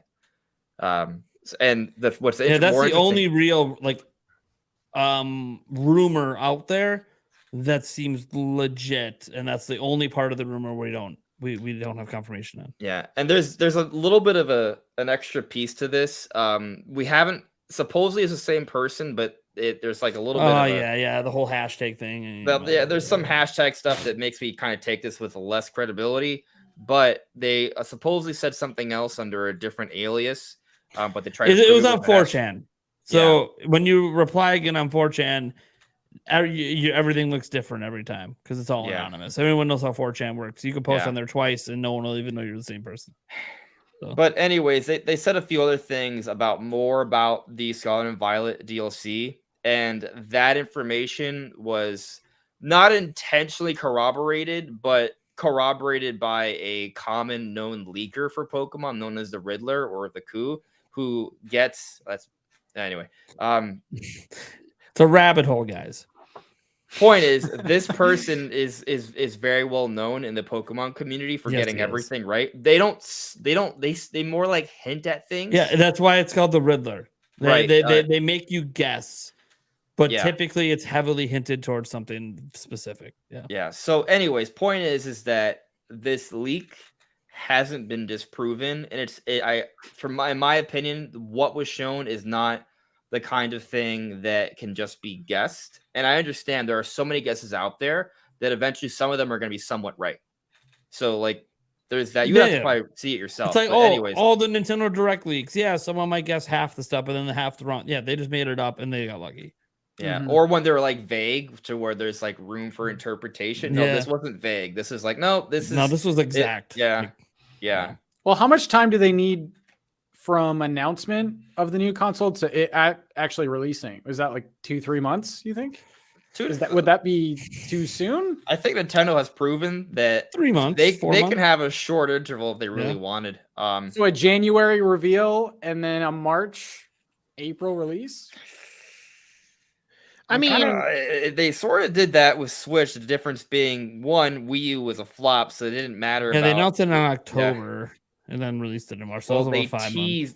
They announced tease in October, but they had the blowout in January. So if they Sure, but I mean, combined it- they definitely announced it. We knew the name of the system. Right. We saw the system in action.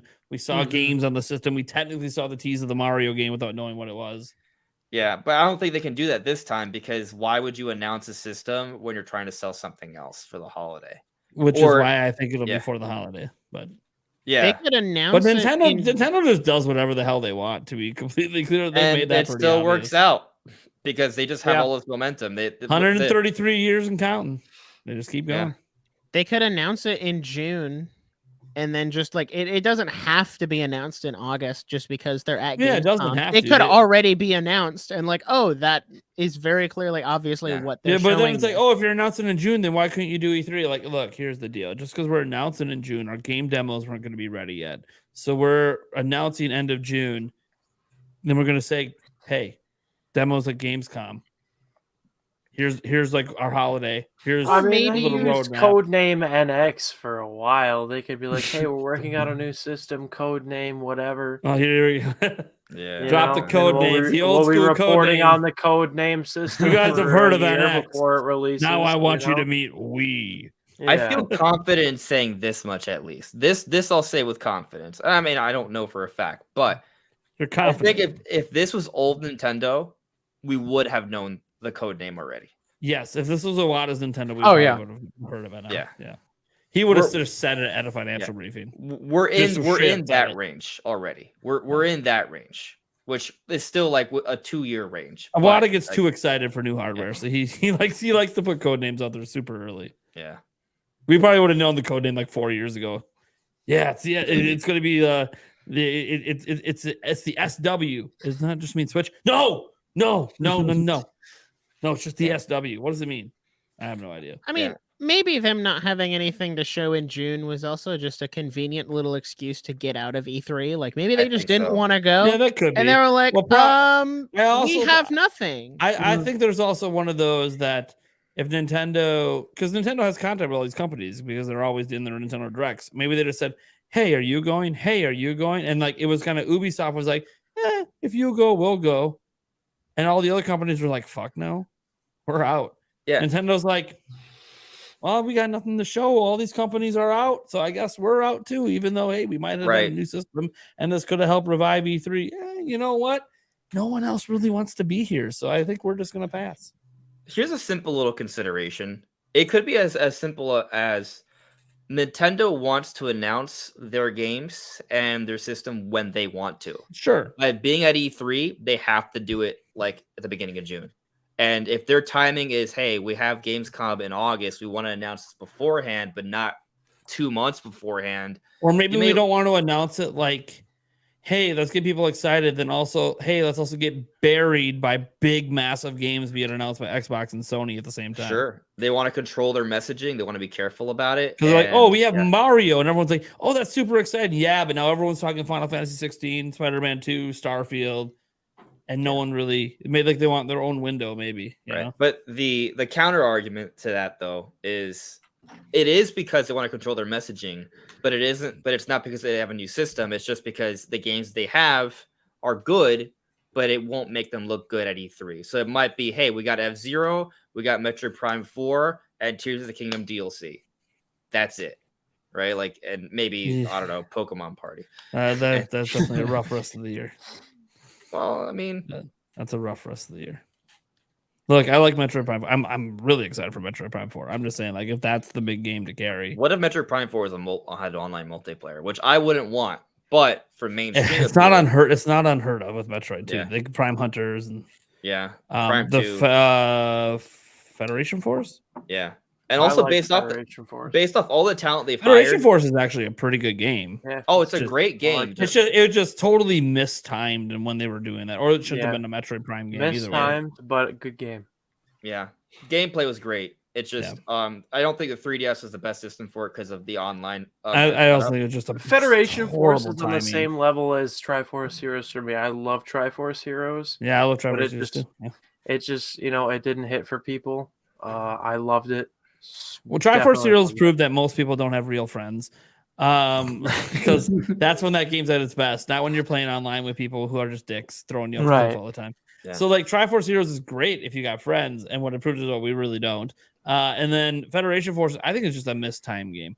If that would have been like something they would have waited and put out like year one on Switch, slightly better visuals, better online, I think that game might have actually found a little bit of a cult audience. Yeah. But instead it's like, oh, we're at this thing in between after Other M where like Nintendo's not happy with Metroid and they talked how they might shelve it for a while. Oh, and then you bring the Metroid Prime name back, but it's on this bastard multiplayer game. Like it was just such a missed time release. But it's kind of sucks with Federation Force. If you actually played it, was actually a pretty good game. Mm-hmm. What if they have a multiplayer like Mario game, like kind of like a 3D world? Oh, there it is. The Other M is great. I will not let this Other M slander. Oh, I like. I love Other M. I actually like Other M too. I actually really like it too. I was just giving that general what everyone was saying about it opinion out there. I mean, I also got it for $7. So I mean, you can't argue then. It's definitely worth $7. It was a great $7. Definitely best Fun $7 game summer. ever. Yeah, I loved it. It was great. And I mean, I didn't love the story. I thought the story was okay. There was nothing to write home about. The voice acting to Samus was a little dry. Of course, the script was a little dry too. Yeah. So ignoring the Where's Waldo moments and the sus story, the gameplay was really good. So it was very arcadey. I liked it. Yeah, it was fun. But what I was gonna say though is like there could be like a side Mario game, maybe like something new. Maybe it's not 2D Mario. I mean, maybe it's just a 2D Mario. New or maybe Super Mario Bros. Switch. Oh God, yeah, no. Yeah. We're Bust done through with a that. Kool-Aid man. Oh yeah. Or what if it's like a Mario and Donkey Kong thing, right? Like it's just cool. like it's just this new thing. It's not 3D Mario. It's not Donkey Kong. It's just new sort of hybrid series, and it totally takes advantage of the Mario movie. And it's like a holdover to the next 3D Mario, maybe next year for Switch 2. Wait, Andres, I want to go off that. What if they bring back the Mario versus Donkey Kong? Because that was a thing on the DS and the 3DS. But they kind of reimagined. That was a good game. Mario and Donkey Kong kind of have a versus mentality in the movie, even though they get along a little bit. But that was a really good game. Could bring that back. That would be awesome. All right. Well, I think that's going to do it for the Nintendo Prime Podcast, episode 19 of season 2. Man, this podcast went in directions I did not expect. we had topics Dude, and we veered away consistently, and it was great. Yeah, it happens. I mean, here's the problem, though. So we got the show next week. I don't even know what we're supposed to do. I hope reviews drop on Wednesday. That's really going to give us because when would they? It's gonna be rough. It's either Wednesday or Thursday. So I'm hoping they drop Wednesday. Yeah. Because we'll have a lot then. We're good then. We can do our final, final expectation. We can review the reviews. We'll know a lot more official information we can actually talk about as we head into launch. Otherwise, it's going to be like, well, maybe next week we don't talk Zelda. I It think would be you'll very fine. weird. That would I be think- very weird. There's no way. Nintendo might drop a launch trailer or an overview, or there might be another ad. There's gonna be something. I hope I so. guarantee it. It's I hope more it's of not a- all they wait till have to do Thursday. something. Or Yeah, they might Kotaku. on Thursday, the day after the podcast, just to spite me. When do you think the embargo is for the reviews, like video reviews and stuff? Wednesday or Thursday, it'll all be at the same time. Oh, okay. Didn't they Thursday do? just seems Usually it's the day before, but every now and then it's a Wednesday. Didn't they do Fire Emblem Engage on a Wednesday? Yes, that's my hope. A lot of times it's the day before. Sometimes it's Wednesday. I'm really hoping it's Wednesday because then we're set up. We're teed up. We're teed up for what would be a So great what show. you're saying is we may do the podcast on Thursday. No. Okay. Podcast is no. It can't happen Thursday. I'm waiting for midnight launch at GameStop. So no, it's Wednesday. It's Wednesday or bust. Anyways, so I have no idea what we'll talk about next week. It's probably going to be Zelda, guys. So, oh my gosh, what a surprise! We're talking more Zelda, and who'll know the podcast after we're also talking Zelda. Who knew? Who knew? And the podcast Listen, after man. that, you'll Maybe probably like talk 3 or Zelda 4 'cause you'll be episodes from now, further. we'll finally stop talking Zelda every Maybe. show. Listen, man. maybe. There's people that are gonna be mad if you talk about Zelda. There's people that are gonna be mad if you don't talk about Zelda. Here's what's gonna happen. We're gonna do first impressions on the 17th, right? Like that's basically what that is. It's first impressions because none of us are gonna be completely done with the game by then. We're got so much to do with it. So, first impression, as Andres said there. Oh, I will have that 100% by that Wednesday. No, that's no way. Anyways, my thought process was 2 weeks in a row we do essentially a massive Zelda conversation that's basically a pseudo open conversation review. And then we'll also sort of submit a score and we'll do the average of the score at the end as the average for the podcast review. And we'll do like a spoiler-free version. Following week's the spoiler version. So you get the double review where you satisfy all crowds. People that want you to talk about every detail and actually see how that affects your review versus, oh, we can only talk to like a certain point. We got to cut off there and then just talking generalities after, which is what all reviews have to do in embargoes. They're only allowed to talk to like, you could talk up to like, I don't know, up to this land that you like when you get to Hebra, that's where you cut off now, guys. You can't talk about anything that happens in the Hebra territory. Like, okay. I don't know how the hell to handle this in an open world game. I don't know what. Yeah, right. I don't know what the embargo looked like for Breath of the Wild. Never Let ended alone up there. Yeah, I bet you the embargo for Breath of the Wild. Look, once you get off the Great Plateau, you can't talk. Your whole review can only talk about the Great Plateau. Anyways, no. So yeah, well, I think we're gonna be doing like a 2 episode in a row thing where it's gonna be a spoiler-free conversation, and then I think by the time we get to the next one, all of us will probably have at least gotten through one playthrough. Even if we haven't 100%ed, we'll be probably pretty close because that's gonna be almost like 3, 4, 5 weeks after launch. So I know that. But then after that, then we start to probably veer into other stuff because I'm sure along the way we'll have conversations on potential DLC and all that as well if nothing's been announced. So what I'm saying is I can see the light at the end of the tunnel of Zelda being a topic on every show. And I'm kind of sad that I can see the end of the tunnel for talking Zelda as we move on to Pikmin and everything else. Still got a couple months. Yeah. right. I mean, I think it depends on how you handle it. Like you're a news focused channel, so it might be a little bit harder for you depending on how you pivot things. But like for example, I'm a little bit more theory speculative. Oh yeah, right? you keep going for you can go all year if you want. I mean, the thing is, like some Zelda, there are channels like there are Souls channels, or Zelda channels that's just all they do. They just talk about a one game. So there's gonna be plenty to talk about for Tears of the Kingdom. It at least could be like a side topic for you moving forward. Yeah, here's the thing. I love Zelda, so there'll probably be something. Andres Research just dropped this really great video. That's a topic. The Moon Theory still alive with the DLC. The Moon Theory DLC. It ain't over till it's over. Anyway, watch. The Moon Theory is over because at some point in Tears of the Kingdom, the moon gets blown up and doesn't even exist anymore. I'm waiting for comments to go on my Moon videos. You were wrong. You're an idiot. Right. It's like it was just a theory, a game. I mean, theory. in the video, I'm just like, listen, guys, I'm doing this for fun. Yeah. Right. Oh, that's what theories are, though. They are mostly for fun. Yeah, you want to figure things out, but also, guess what? We don't know, so you just do your best. Yeah. So, anyways, you guys know we've been talking. I don't know. We've actually gone long gaps on the podcast without talking Zelda. I'm just saying, there's going to be a time it's going to happen. I'm going to be just a smidge sad. I say that, and then they announce a new Mario game. They announce a new this, I knew that. All of a sudden, Animal Crossing's getting a new DLC out of nowhere that no one saw coming. So now we got to talk that. Before you know it, I'm so hyped about everything else. And here's the thing: at some point between Zelda coming out and Pikmin, they're going to start dropping the Pikmin 4 drops, and I bet you it's going to be super exciting because I really love Pikmin. Yeah, there's also going to be a Nintendo Direct before then. Probably. You think about that. May, July. Somewhere in the 2 months when we start to transition from Zelda, there's a Direct. Perfect. Thank you, Nintendo. At least the partner showcase so it can get really salty. Ugh. It'll just be another indie world. We didn't really talk about the last one. It happened. Yeah, that's about all you got. Right before Advance Wars to literally it happened. It happened on one of our podcast days and still didn't make one of our topics.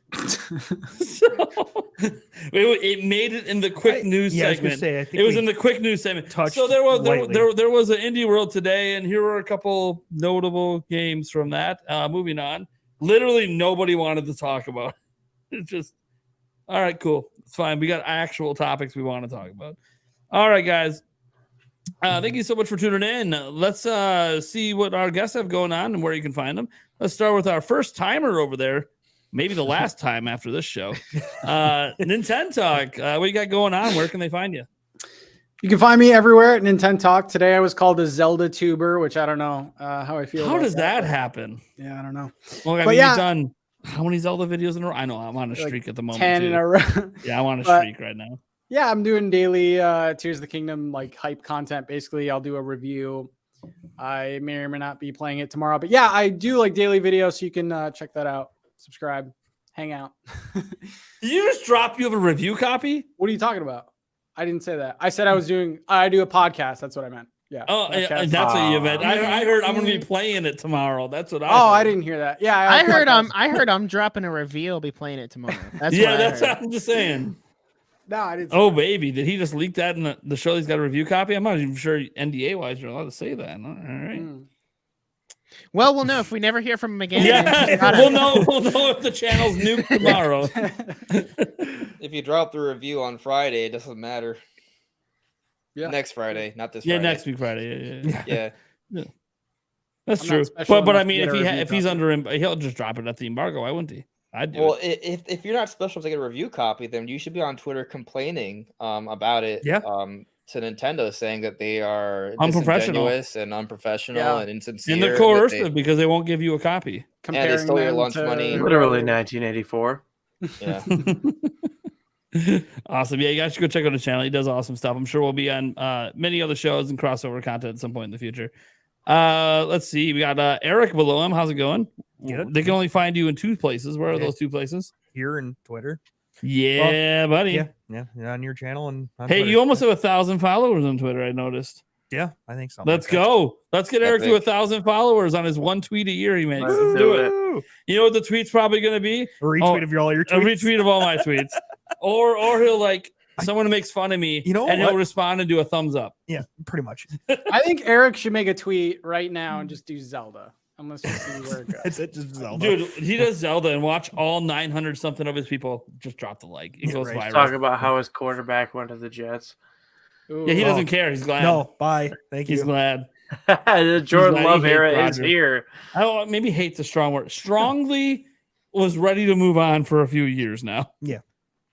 Pretty much once Jordan Love was drafted, he's like, I'm kind of good. No. And then Rodgers won an MVP. And Two-time COVID MVP. No, okay, he did it. Well, maybe. Oh, they maybe lied. Maybe this. But you know what? All he does on the field. No, then he sucked. Yeah. Nate, get that football podcast going. Come on. Yeah. No. Let's go. Just don't do a basketball the podcast. impassioned sports debates Eric and I have had are not ready for the internet. Not ready. Yeah. Hey, Nate, is it too soon to mention that my Heat beat your Bucks? No, it's fine. Yeah, it's fine. Hey, I'm glad they rested Jimmy game 2. I think he'll be ready game 3. I hope so. Yeah, I think that was a game 3 play. I think Jimmy would have gladly suited up and played, but they're trying to be like, we got the game we needed. So I know this is like a video game podcast, but I mean, for the sake of the Bucks, I think the Heat are going to do better too. I don't think the Bucks choked as much as the Heat were just really good. Well, I think there's a couple things. It's probably somewhere in the middle. A note, when I found out that Coach Bud lost his brother before Game 4, that's so sad. That's Darvin Ham sort of revealed it in a post-game interview after they clinched, and then the report came out, and it's like, like literally the day of Game 4, his brother died. And so like because Bucks fans noticed he was really checked out. Like, why isn't he calling these timeouts? Why isn't he as animated on the sidelines like he usually is? And it turns out he didn't even tell the team. He really internalized it because he thought it would be a distraction for them. It turns out it was probably a distraction for him. Like when he's afterwards saying like, I don't know why I didn't call a timeout in these two critical situations. I don't know why I didn't do it. Yeah, because your mind wasn't thinking about the game, dude. Your brother just died and you didn't even get to mourn. So like it's one of those situations where it's like it's not really an excuse. The Bucks had a lot of talent, but also if your coach ain't into it, the team ain't going to be into it. So it's whatever. Congrats to the Heat, and you guys go to the finals. It makes me feel a lot better about the loss. I'll say that. I got some breaking news. Breaking news. The Mercari seller was. Oh, legit. Yes. I actually wanted to bring that up because I covered your video on it. Yeah. Let's go, Mercari. Legit. He just sent me a picture of it. He got it. So, background for those who don't know, this was a breaking story from Nintendo. I'll let you tell the story quick. It was your story. Yeah. So basically, there was a Mercari seller that had 5 copies of Tears of the Kingdom. He was selling them. First one went for 100. They would go instantly, and then the other 4 were 400. And, so people were buying them up instantly. But one of the people that bought one messaged me and he said, hey, listen, Mercari blocked the sale. So by a third party, which obviously is Nintendo. And he still had shipping notifications from the carrier saying like it's in transit. So he got a free copy of Tears of the Kingdom. He got his money back and he got the game. Oh, crap. And the reseller's out, at least 400. Well, I mean, technically he's out shipping plus cost of the game if he actually paid for the game. Nintendo's probably going to sue them. Oh yeah, Nintendo probably has that seller's information. But it's interesting because that Mercari seller is still selling copies. Like I think before this podcast, it was like 4 hours ago. He sold another one. So it's like I don't know what he's doing. This is great. Well, so you're telling us I got to get a hold of the seller quick. Buy a copy expecting a refund and still getting it. Got it. And then I was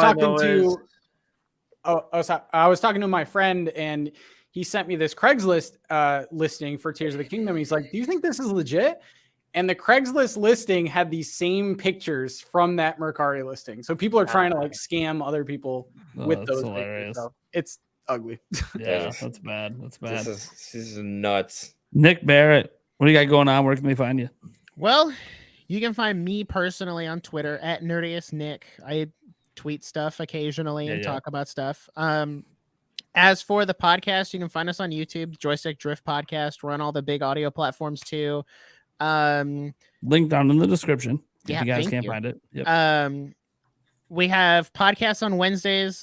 We just did an episode on ranking all 200 plus amiibo, which was an undertaking. And every other day, like Monday, every day except for Wednesday, I guess, we got shorts and also some long form videos coming too. Like I got a custom Tears of the Kingdom OLED, so you might want to check out that video on Monday. Dude, that guy who got the refund's hilarious. I love this comment. God said he needs Zelda in his life. He gets it no matter what. That's great. Anyways.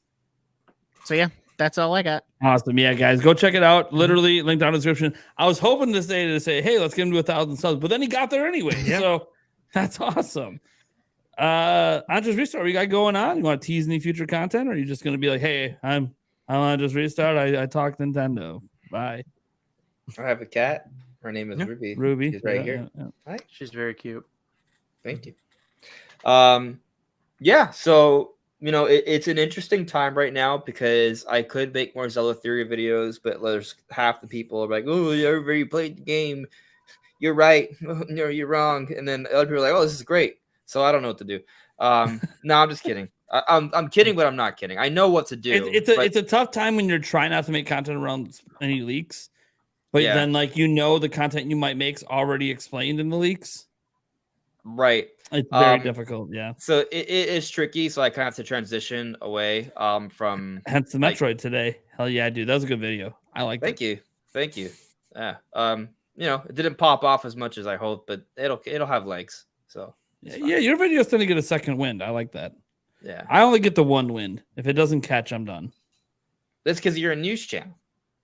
Yeah, don't remind me. I'm starting to think that was a mistake to be a You news can't channel. complain. You gained like 20,000 subscribers in like a week. Yeah, I know, but as a discussion channel, I feel like there's legs when there is no news. Instead, I'm stuck. I'm stuck in the cycle. Well, if Switch 2 comes out as soon as you say it, well, you won't have a problem, Nate. Yeah. It'll be fine. Look, if Switch 2 drops, I'm going to drop my pants because they're too wet and I need to replace them. You can find me at RealDERN on Twitter. Otherwise, don't even get through. Yes, you can find him at RealDern on Twitter. Darren's like, I'm out of this conversation. I'm on this podcast every Wednesday. You can catch me here saying my awful opinions. Or correct opinions. We'll see. Or I correct was with opinions. you today. I was with you. Hey, you didn't talk Modern Warfare 2 today. That's a shocker. So I didn't talk Astro Boy Omega Factor either. That's a win. So Andres Restart, where can they actually find you? I don't think we got to that point. Sure. So Andres Restart, there's my name. You can find me on YouTube and Twitter. That's pretty much usually where I am. In terms of projects, there are Tears of the Kingdom videos that are planned amongst a few other things. I got a Xenoblade video coming. There's actually a Mario Galaxy 2 video that may or may not pop up in the not so distant future. But yeah, lots of Zelda stuff coming, pre-release and post-release. So we're subscribe. He's so close to 25K. That was his goal before Tears of the Kingdom. A lot of people said it's impossible, and here he is on the cusp. Let's go. He needs like 700 more subscribers. Let's get him there. Subscribe right now. Let's go. There you go. Yeah. Only subscribe if you like listening to me, though. I don't want fake subscribers. I listen to you on this subscribe podcast, anyway. so I feel like I can listen to your videos too. I feel like, they're good. They're good videos. I've seen them. It's me ranting. I'll be honest. I didn't think we were going to hit 1,000 before Tears of the Kingdom. We sat at 850 for the longest time, and then I made a short on this wild theory of is Ganondorf actually the hero, and people really latched onto that. Yeah, how big is that one now? That one is currently at 46,000. Yes, which makes it our highest viewed short in like shorts. The last shorts when they pop. It's nice. They go crazy. Yeah, it's crazy. It's awesome. Nice. Awesome, man. Well, thank you guys all for being here and spending your evening with good old Nintendo Prime over here. We will be back same time next week. Slightly different crew, some familiar, some new.